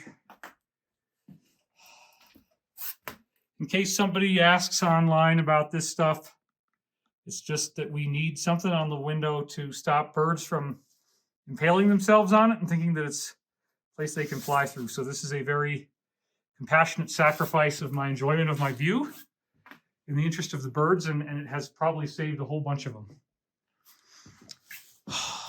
So I am really tired. I got to take my jacket off. But of course, you got to pay your full respects to the mush. It's very important. You got to give her some mush. Say, good girl. Yeah, such a good girl. You're such a good girl. This is all part of the daily routine. This is the yoga mat that I put there so I can lie down and pet her on my hardwood floor and be comfortable. This house was mostly furnished when we got it. Most of it was already here. That's her Scoopy. And then I got these little lights that make everything more fun. All right, and I got this for my birds. This is their fruit and berry formula, and they love this. You dump it out there, and now you have songbirds all the time. Okay, I'm going to sign off now. Hope you enjoyed Blackout with David. It's turned into a feature film. The wind is starting to get crazy. All the snow is getting blown off the trees now very quickly. In fact, almost all of it is off the trees now. So this often happens. You get this windy aftermath to a snowstorm. Look at it falling. There it goes. I'm doing this now because as this wind shows up, this is the very last time that you'll see any of this snow on these trees. And there it goes. Oh, it all fell off over there. There's one piece hanging on that one tree. These two pieces are hanging on over here. But that could change at any moment. My fire is going very nicely right now. Just chucked in a couple more pieces. I've got just a few left. Already I'm getting creosote again. But thankfully you can see it pretty well. Got my shovels out there for tomorrow when I'm ready to dig into this again. And I have a lot of work to do. I'm not looking forward to it. This snow is extremely wet and extremely heavy. And however, it is melting. I mean, it's gone down by almost 3 inches, maybe 4 inches. So that's very encouraging. But out here, I mean, really, the snowplow guy has created quite an obstacle as far as me getting out of the garage. That's a 3-foot tall snowbank, folks. Anyway. Okay, this is one of the only things you can do in a house like this. I am so sore that I am ready for this bath. There's some particles of lavender in there from the last bath, and we're just going to take it easy because I am done with the snow. Okay, it is the morning, and we have had some very positive developments. This is Princess Mush Mush over here. Whoops. This is not always easy to use. There's Princess Mush Mush. She's pretty happy because she knows something's going on. See, she's got a silly smile. That's a good sign. All right.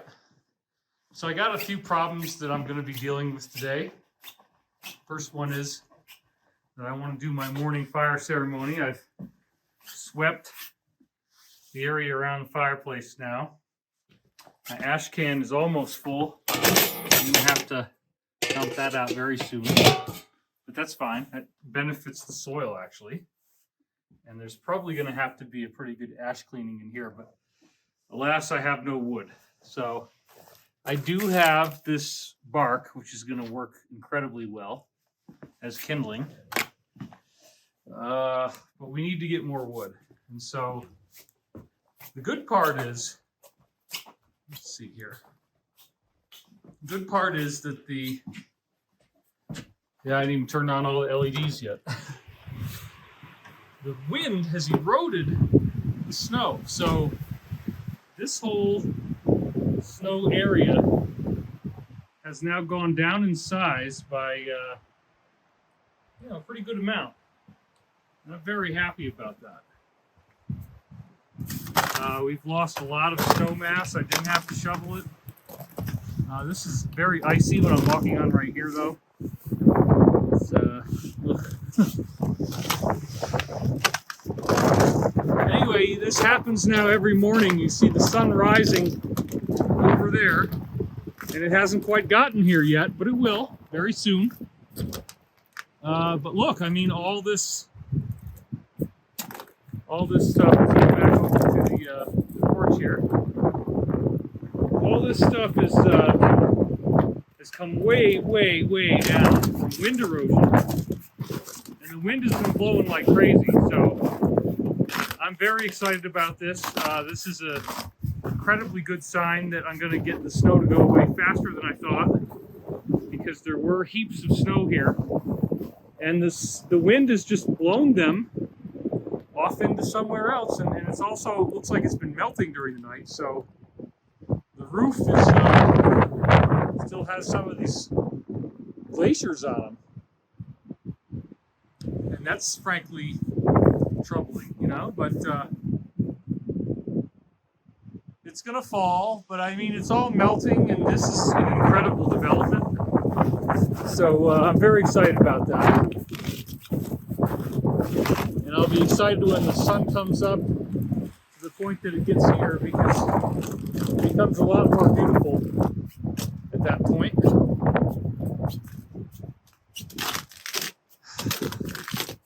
Let's just go through the snow.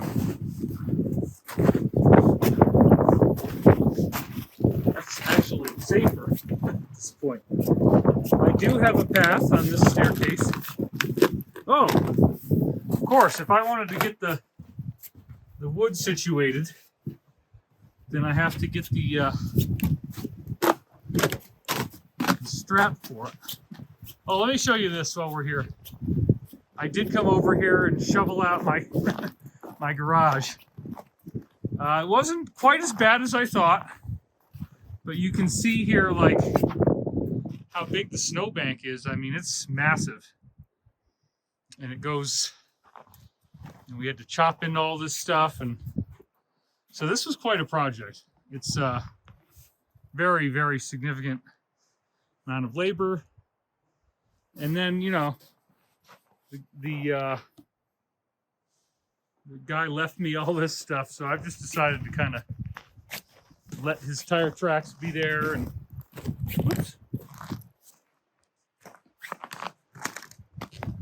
Yeah, it's funny. I just don't want to deal with it. Honestly, like, this is a huge, huge amount of work just to do all that. And then this stuff right here, you see why there's a border here? Okay? That's because where the tire tracks go is where the ice forms. And you see all this? This is like 2 inches thick of ice. And I consider this a nightmare. I mean, I never, ever want this to happen to my driveway, but if it does, you just simply have to deal with it. So it's not the best. Here, I gotta hold it up. That's going to be the best way to handle this machine. Yeah, that looks a lot better. That gives me a much better orbit for the camera. Okay, so I also came over here and I did up the staircase. And once again, here's the problem. If you ever suddenly find yourself in this kind of a situation, where I was walking, you know, because I didn't feel like shoveling, now all of that has turned into this impenetrable ice. And so you basically at that point have to hit it with your ice melter salt. And you start salting it out and getting rid of it that way. So guess what? There we go, baby. Although it is empty, and I have buckets over here of salt material. Right here. So you see that? So what you do is you only need to buy one of the small guys like this, and then you just fill it up in here as such. Well, okay, so probably gonna have to do this by hand, but that's fine. Let's do it inside the bucket. That's a much, much more intelligent way to handle this.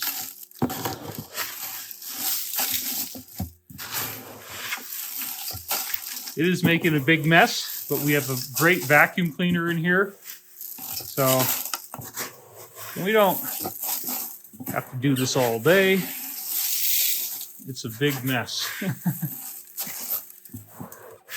Some of you neat freaks out there are going to hate the fact that I'm spilling some of it. It's going to drive you absolutely crazy. Your OCD is going to make you like literally want to pound on the screen.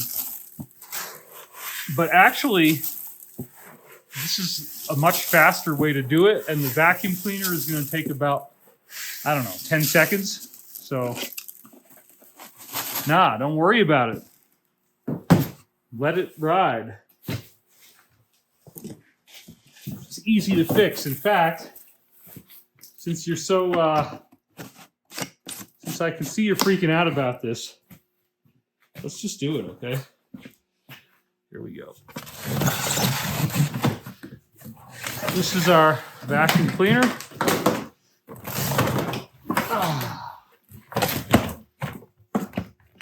Don't want to let you down, you know. We gotta.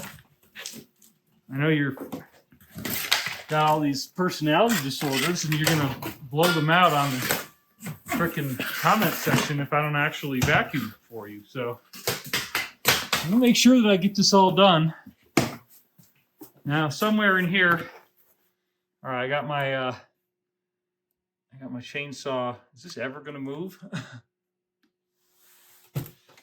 Got my chainsaw equipment. It's not gonna move, so we'll just leave it alone. This is for the pants that have Kevlar on them, so you don't cut yourself when you're trying to cut trees. And here's the extension cord. Oh, perfect. All right, so put those together. Then, so that you don't freak out. All right, that's my gift to you. I know you can't stand it, just like me, right? Don't go that way.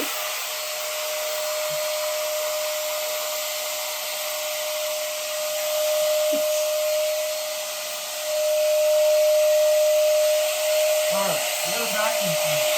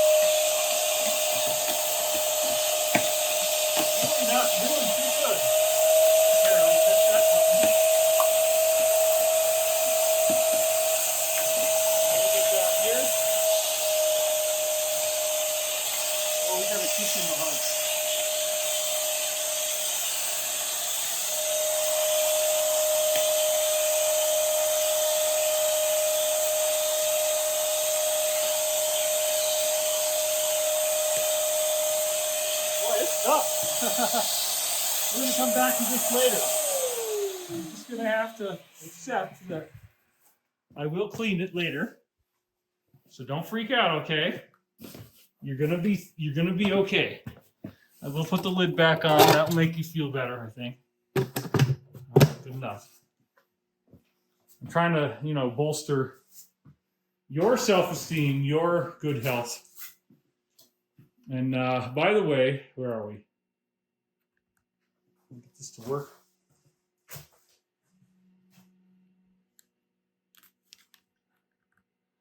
This gimbal is extremely confusing. Okay, here we go. So yeah, we're gonna have to deal with this lumber issue because we gotta have a morning fire, and that means we gotta go get the... Okay, why are you not wanting to move any other way?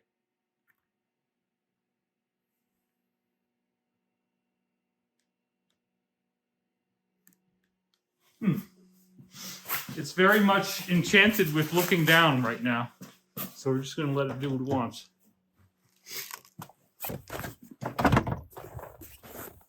Would you like to go up, perhaps?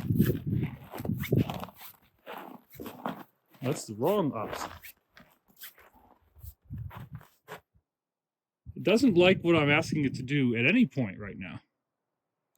Okay, anyway, here's the deal. Right, now that I've put it in the little dispenser bucket, you gotta get yourself all set up with your ice. And that takes all this nastiness, and then as the sun eventually reaches our area, you're gonna get a morning sun blast on this stuff, and you're gonna get a much better appearance. And this is kind of how you deal with it if you're lazy and you don't want to spend time hacking away at snow and ice all day, which I really don't, It's not how I choose to enjoy my life. All right. So we got that done. The camera is still addicted to being down, so I'm probably going to turn it off. And then we'll deal with the wood. Okay, we are back. And now we have... some really cool strategizing to do here about getting this fire going. I have this envelope, and you put the wood in here, then you don't have to haul around that cart, which in this ice is a very, very bad idea. So even if you were thinking you were going to use the cart, falling and breaking your... Oh, look at this. Okay. It really hasn't been that long, folks. Okay. It's only been like a minute, really. But already, you can see the salt is starting to eat into this ice. Create these little pit holes, which is exactly what we want. That's perfect. So that will eventually kill everything that we're fighting here.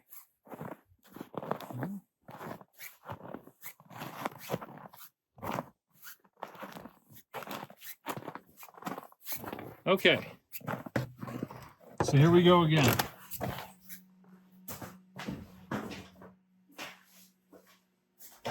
So, in this case, we have the luggage container. This is like carry-on luggage. And you're going to load this up carefully. And since I don't have gloves on right now, you really have to be very, very careful about splinters. This, by the way, this is an amazing piece of bark. I mean, that sucker is going to burn like you cannot imagine. It's just going to go crazy. Maybe we'll burn that together. That'll be great. Let's do that at the beginning. Okay. So you just kind of get this thing loaded up here. And you can put a lot in this. I mean, it's pretty effective that way. So I'm going to move it to a better location here. All this stuff has been sitting in my yard probably for at least, and I'm just going to guess, 10 years, maybe even 20 years. I don't think they ever really used this firewood, and it's just been sitting around maybe even since they built the house around 2000, 2002. So this wood may actually be 20 years old. It probably is, but it's still, amazingly enough, burns wonderfully well. It smells good. It is a little bit moist at this point. And everything smells wonderful, by the way. I mean, the smell right now, you just cannot imagine. It's great. Okay, so now I've got the whole thing. However, this is a two-handed carry. There's no way I can do this in film. So we'll cut this and end up in the fireplace area with the wood. Okay, we are back. And we have now got our firewood ready. And I cleaned it up a little bit, although my muddy boots have created quite an enormous mess on our hardwood floor. That's easy to clean. Nothing to worry about at all. It looks terrible, but it will clean right up in no time. So we have, in the burn pile here, we have a copy of the Epoch Times. You know, in case I ever, or maybe I'm just going to read it. I don't know. It's there. All right, it's there. So Trump's going to make sure that we do this right. So here's the, this piece is also wet. They're all wet. That's the problem from snow. And that's, but this is pretty good. Okay. So see what he's going to be happy with here. So yeah, this has got a little bit of moisture in it, but not too much. And then of course we got Bubba Kush. That's what I've chosen to name him.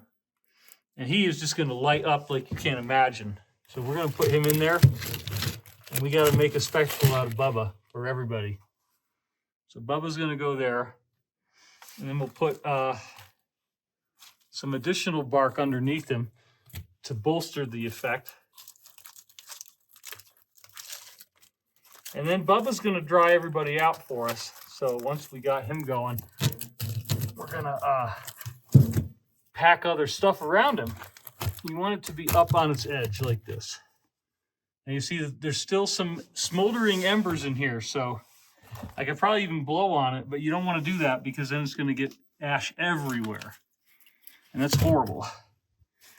Okay, this guy is the one I really want to make into a spectacle for us.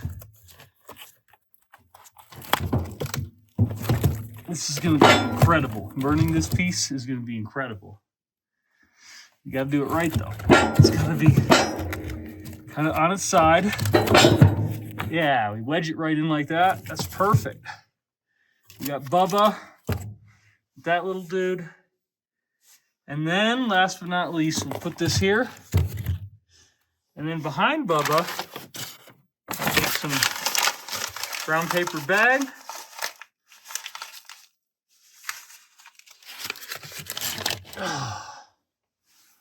And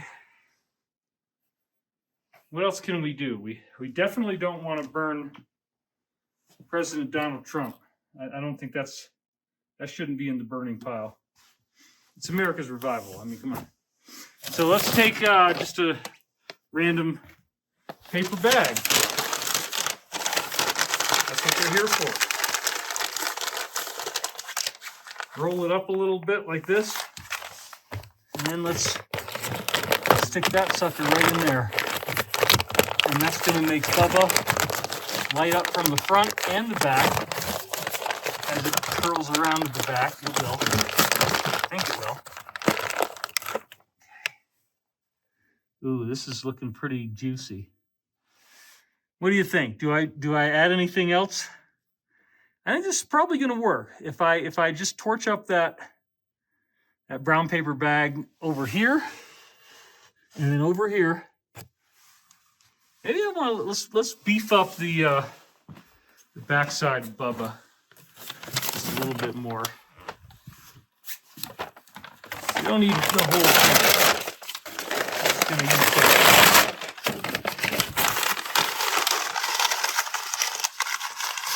This way we're gonna get quite the fire delight.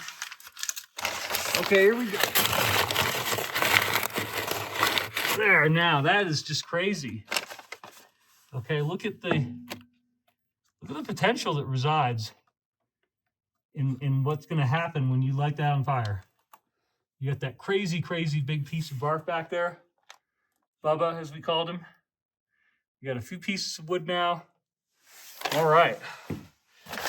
So this is starting to get crazy. Then, once it gets going, we'll take some of these other pieces. In fact, it's not really a terrible idea to put this in now. Let's do that. That way it'll start to dry it off a little bit, and then it will eventually burn. Or maybe it'll burn right away. All right, this just gives us even more opportunity and more potential to be incredible. Are you ready? I'm going to start with the one in the back.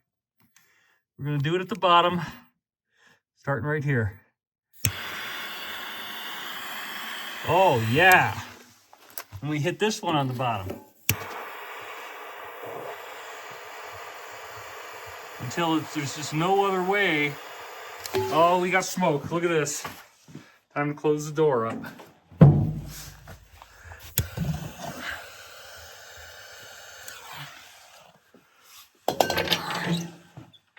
Will they burn? Do they want to? Well, it's starting to say yes. It's starting to say yes. Oh yeah, now it's really starting to say yes.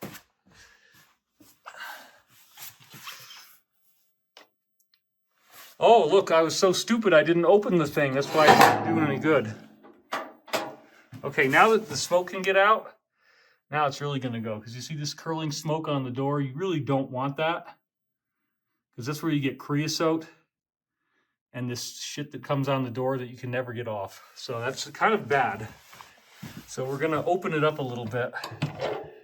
Just give it some ventilation up top. That'll get rid of that smoke. All right, smoke is gone. Now we close it again. And now it is happy. Our fire is happy. And you see, I forgot to do the things I told you, and look at what happened to me. I got all smoked out, but we saved the day. There you go. So now the morning fire ceremony can proceed. I don't know how Bubba is doing back there. He hasn't even really caught on yet. But oh yeah, no, he's burning from the back, definitely. Yeah, this is gonna be great. All right, you guys, have a good one. Okay, so now that we've got our fire situated, it's time for the hero breakfast. And the first breakfast that you have is not a breakfast, it's actually a shake. So I've got everything laid out here. And we are going to rock this breakfast. I'm going to show you exactly what to do, how I do it, and I'll explain why I think this is important as we go. Okay, so Manuka honey is from New Zealand. It's got incredible microbial elements to it, micronutrients. So this is like the best honey. You only put this in right at the end. We have lime extract, which is one of my personal favorites. Just a couple of drops is all you really need.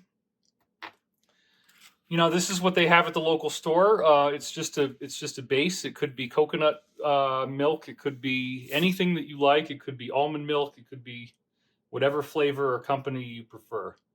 So there's really no right or wrong on this. Now, I have these mushrooms. These are really kind of very important. It doesn't have to be this company. This is just the one that was being sold locally. This is another popular brand. I have two lion's mane mixes. I have this one, which is basically just like no coffee or anything like that, or caffeine.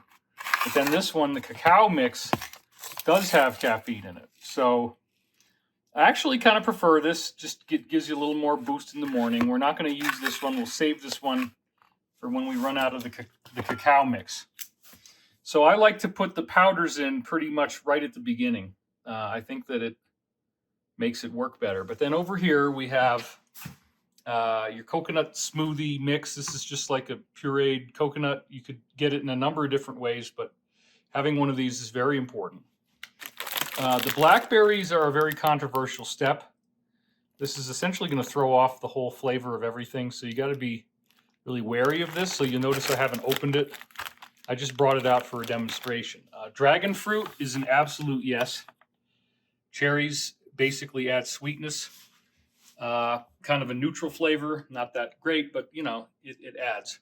Red raspberries adds a nice set of fruit notes to the flavor profile.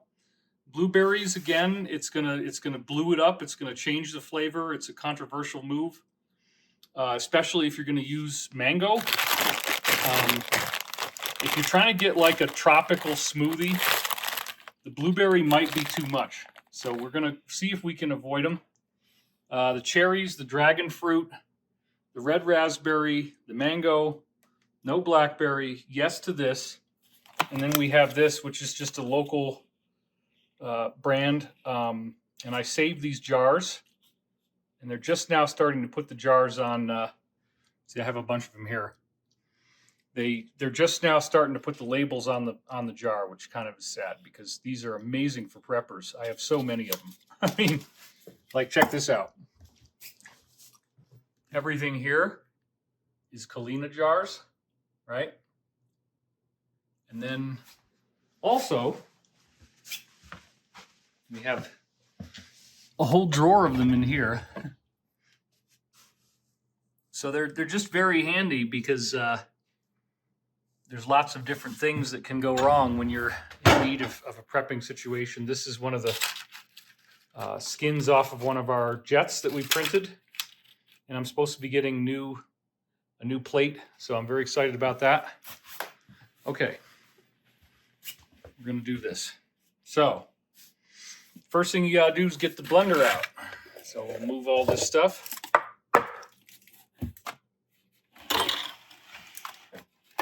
And disconnect it from the top. Take the rice dream.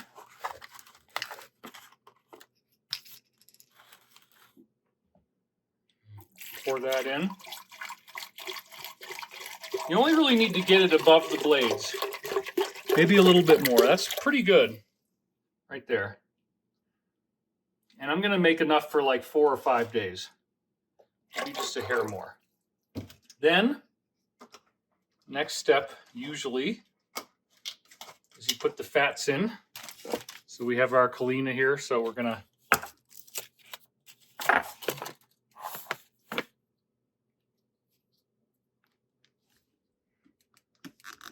thought I could open it one-handed on camera, but it didn't really happen, did it? So, yeah, that needs a spoon. That's fine.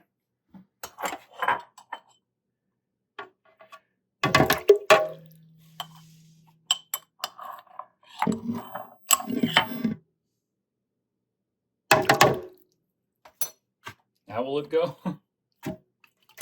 Yeah. Okay, we got it. Stick that in there to wash later. And now we're going to get into our powders, but we just ruined our spoon. So I licked it. Clean it. Wipe it on your shirt or a cleaner surface. If you were cooking for other people, of course, you have to be hygienic. If you do it for yourself, you can be sloppy. All right, so in addition to these dudes, we have stuff up here that's very important. I'm not going to use all of it. I'm going to use some of it. So we have a particular collagen mix. You know, it's not like it's the only one you could use. That's the one that we've got right now. I am going to use this maca powder. That's pretty important, I think. And we have a little bit of Sun Warrior protein powder still, and it still seems to be fine. So we're going to use that. And we're going to use this medicinal adaptogenic mushroom protein powder mix. Now, this kind of stuff here all of these will very adversely affect the flavor profile of the product. So there are times that you want other stuff, and that's okay. And I'm not saying they're bad at all. I'm just saying that I want to have a really nice flavor. And so in order to get that amazing flavor, you have to really be careful that you don't overdo anything. So we'll start with the maca powder. And this is something that all the dorks who talk about health are really excited about. You know, they love maca. And so you just throw one of those in there. It makes you very strong and associated with desire, libido, all that kind of stuff. Now we got our protein powder. I'm not going to use that much. Maybe 2 of those. This particular stuff has some really great flavors already in it, like the vanilla and whatnot. Okay. And we got this vanilla mushroom stuff. You just get in here and open it up. Okay. Now this, I believe, it has its own little spoon. And I like to use their stuff for the most part. So that's good. We'll stick it in there.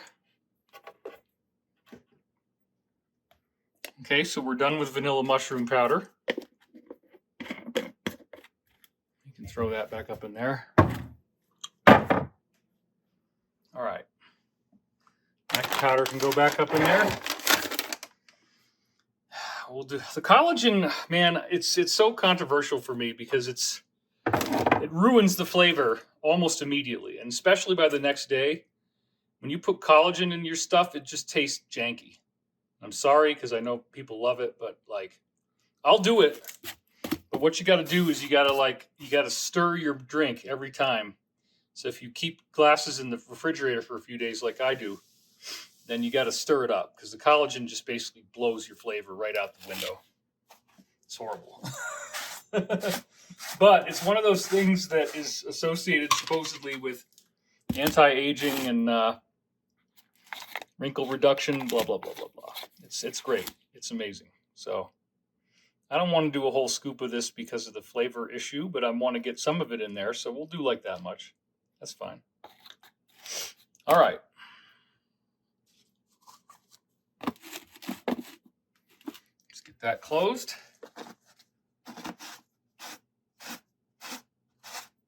So when it comes to these mushroom powders, they also have their own little spoons in them. And they're, it's not that difficult to use.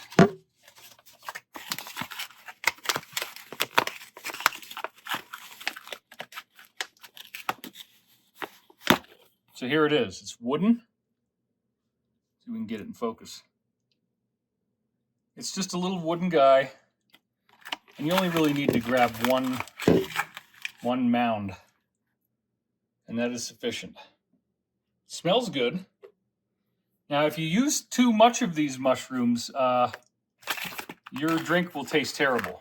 So one of the real objectives of this superfood shake is that you don't want it to taste bad. So you got to push everything to the limit without going over the limit, basically, is what I like to do.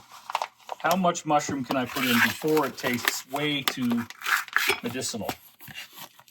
And then I want it to still taste like this absolutely amazing shake so that you literally don't even know that you're getting this nutrition that I believe, and this is anecdotal, but I believe it increases your IQ significantly. These foods, a lot of people base their whole career off of teaching you about these mushrooms and why you should be taking them every day. And I don't think I could do that. I don't think I could talk about this all the time and keep being excited about it. Sorry, David Wolf. Love you, buddy. Okay, here we go. Oh, we've had good times. All right, so here we go. Just about the right amount, and then we're going to throw it in there. Ah, it just spilled everywhere, but not too much.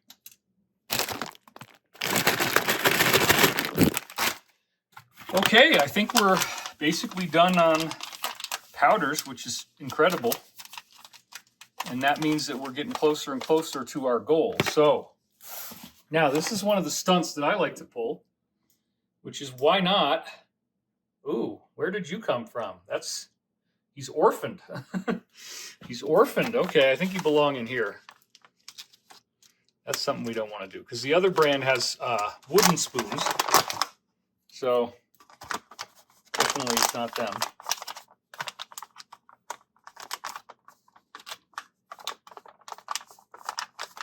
All right. So the next deal here is that I'm going to run this right now because look at what's going on down in here. I got all this powder that I gotta integrate.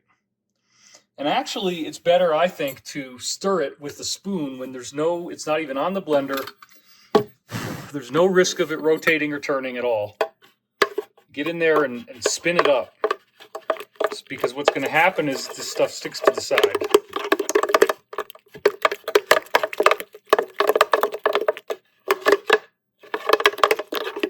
Now, actually, because of the flavors in these powders, if I were to drink this right now, these mushroom powders and everything that I've already put in, it's going to be the most absolutely amazing flavored chocolate milk. So that's just the base right there. Actually, I don't even think I need to blend it because it's pretty much, it looks pretty homogeneous here from the side. So let's see. Yeah, it's pretty uniform already. No, we'll give it a blend. What the hell? Just a really nice, very light blend. You see, I did not try to plan too much for this. I didn't clean anything. The Vitamix is dirty, but that happens in the course of normal use. So I got it at the lowest setting. So we'll just...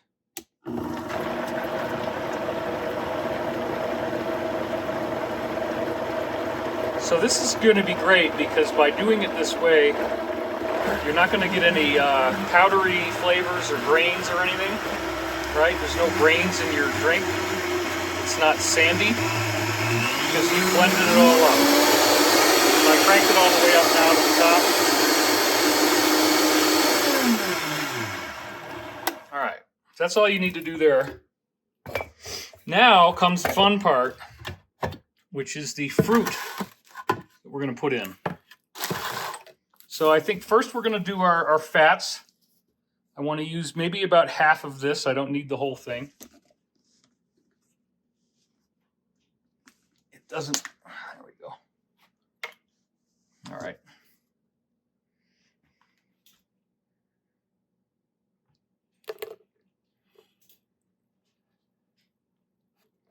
That seems pretty good based on the weight, how it feels. Yes, I still have dirt on my hands from the fireplace, but that's okay because we're not directly touching any of this stuff. All right, now we'll try our dragon fruit. This is a very exotic fruit which has a deep, deep color, and you have to be extraordinarily careful with it because it will stain and it will never go away. So if you commit to dragon fruit, you are a Jedi. And you are ready for potential disasters you might have to mitigate. So we got about half of it put in. This is all we really needed. We don't want to use the whole thing because save it for more than one smoothie. Okay, now we'll throw some cherries in just as a flavor, a sweetness enhancer. Actually, let's just toss them all in. Okay. You can always find these too. They're always for sale. Now look at how much mass we've already got just by having done that. We're already basically just about where we want to be. In fact, that's huge. I kind of used too many cherries, but that's all right. So we'll make more smoothie this time. So we're gonna put the mango chunks in, a little bit of that, and that's gonna give you your tropical notes.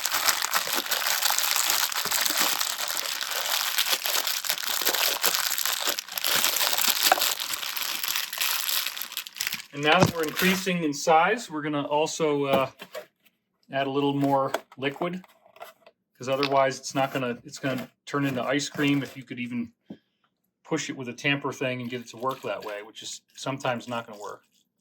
All right, so now we're getting a pretty good size thing here. And do we really need the raspberries? Yeah, we're going to put a little bit of raspberries. I'm not going to mess with the blueberries, as I said, because it'll change the flavor profile. All right. Now, let's see what we got looking from the top. Looks delicious. At this point, I would also throw in, if I can get this, yeah. I want to put some maple syrup in, because this adds the sweetness that you need, because these fruits usually don't quite cut it on their own, especially with all the mushroom stuff that you throw in. So, yeah. I'm happy with that. And with the lime, we're only going to use like 1 or 2 drops. You really want only really 1 drop. Well, maybe 2 drops for this size. And it's so crazy because it doesn't want to come out. Oh, perfect. Well, that's more like 3. Okay. And actually, here's another trick, which I have hiding over here. Basic vanilla. You just take a little of this, and this really adds something amazing. If you want to feel like you're a gourmet and make a food that tastes as good as like some kind of ice cream pop, this is going to get you there. Okay? It's a big, big add-on that really gives you more for your money. Okay, I think we're ready to blend. And then we're going to find out what this tastes like. So this is also sometimes precarious, dangerous, scary process. I do want to use the Manuka honey, but I'm only going to throw that in after everything's blended, because it freezes and then it never wants to dissolve. So you got to wait till right at the end, if you need it. But a little bit is good just for its microbial profile. Okay. So here we go. We're going to hit the button and hope that it doesn't go all crazy. It usually doesn't, because I've already blended it all up. Okay, so we're only getting action at the bottom because we're at the lowest setting. So we have to crank the setting up here. Crank the speed. Oh yeah, that's starting to work. It's all starting to mix together. I personally like to run it as low as possible, because I think a little bit of pulp in my drink makes it more restaurant-like. I don't want it to be completely blended and smooth. I use a little spoon action right up at the top here, so I can see which part isn't working out.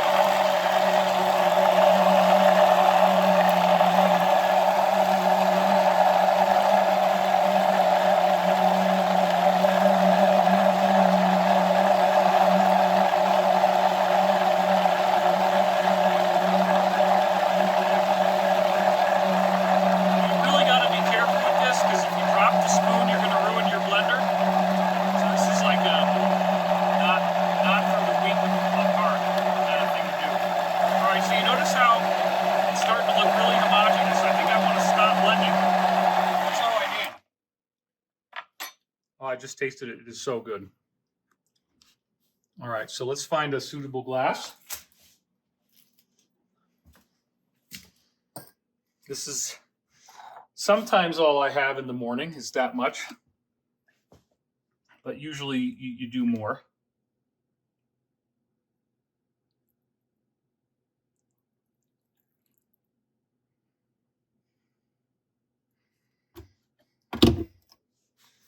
And then, you really want to be a dork about it? Okay, watch this. Watch this. Oh, baby, look at that. Now you drop that out to your customer, and they are like, darn it all. This is a darn good drink. Let's just see if it really tastes good. Okay, here we go.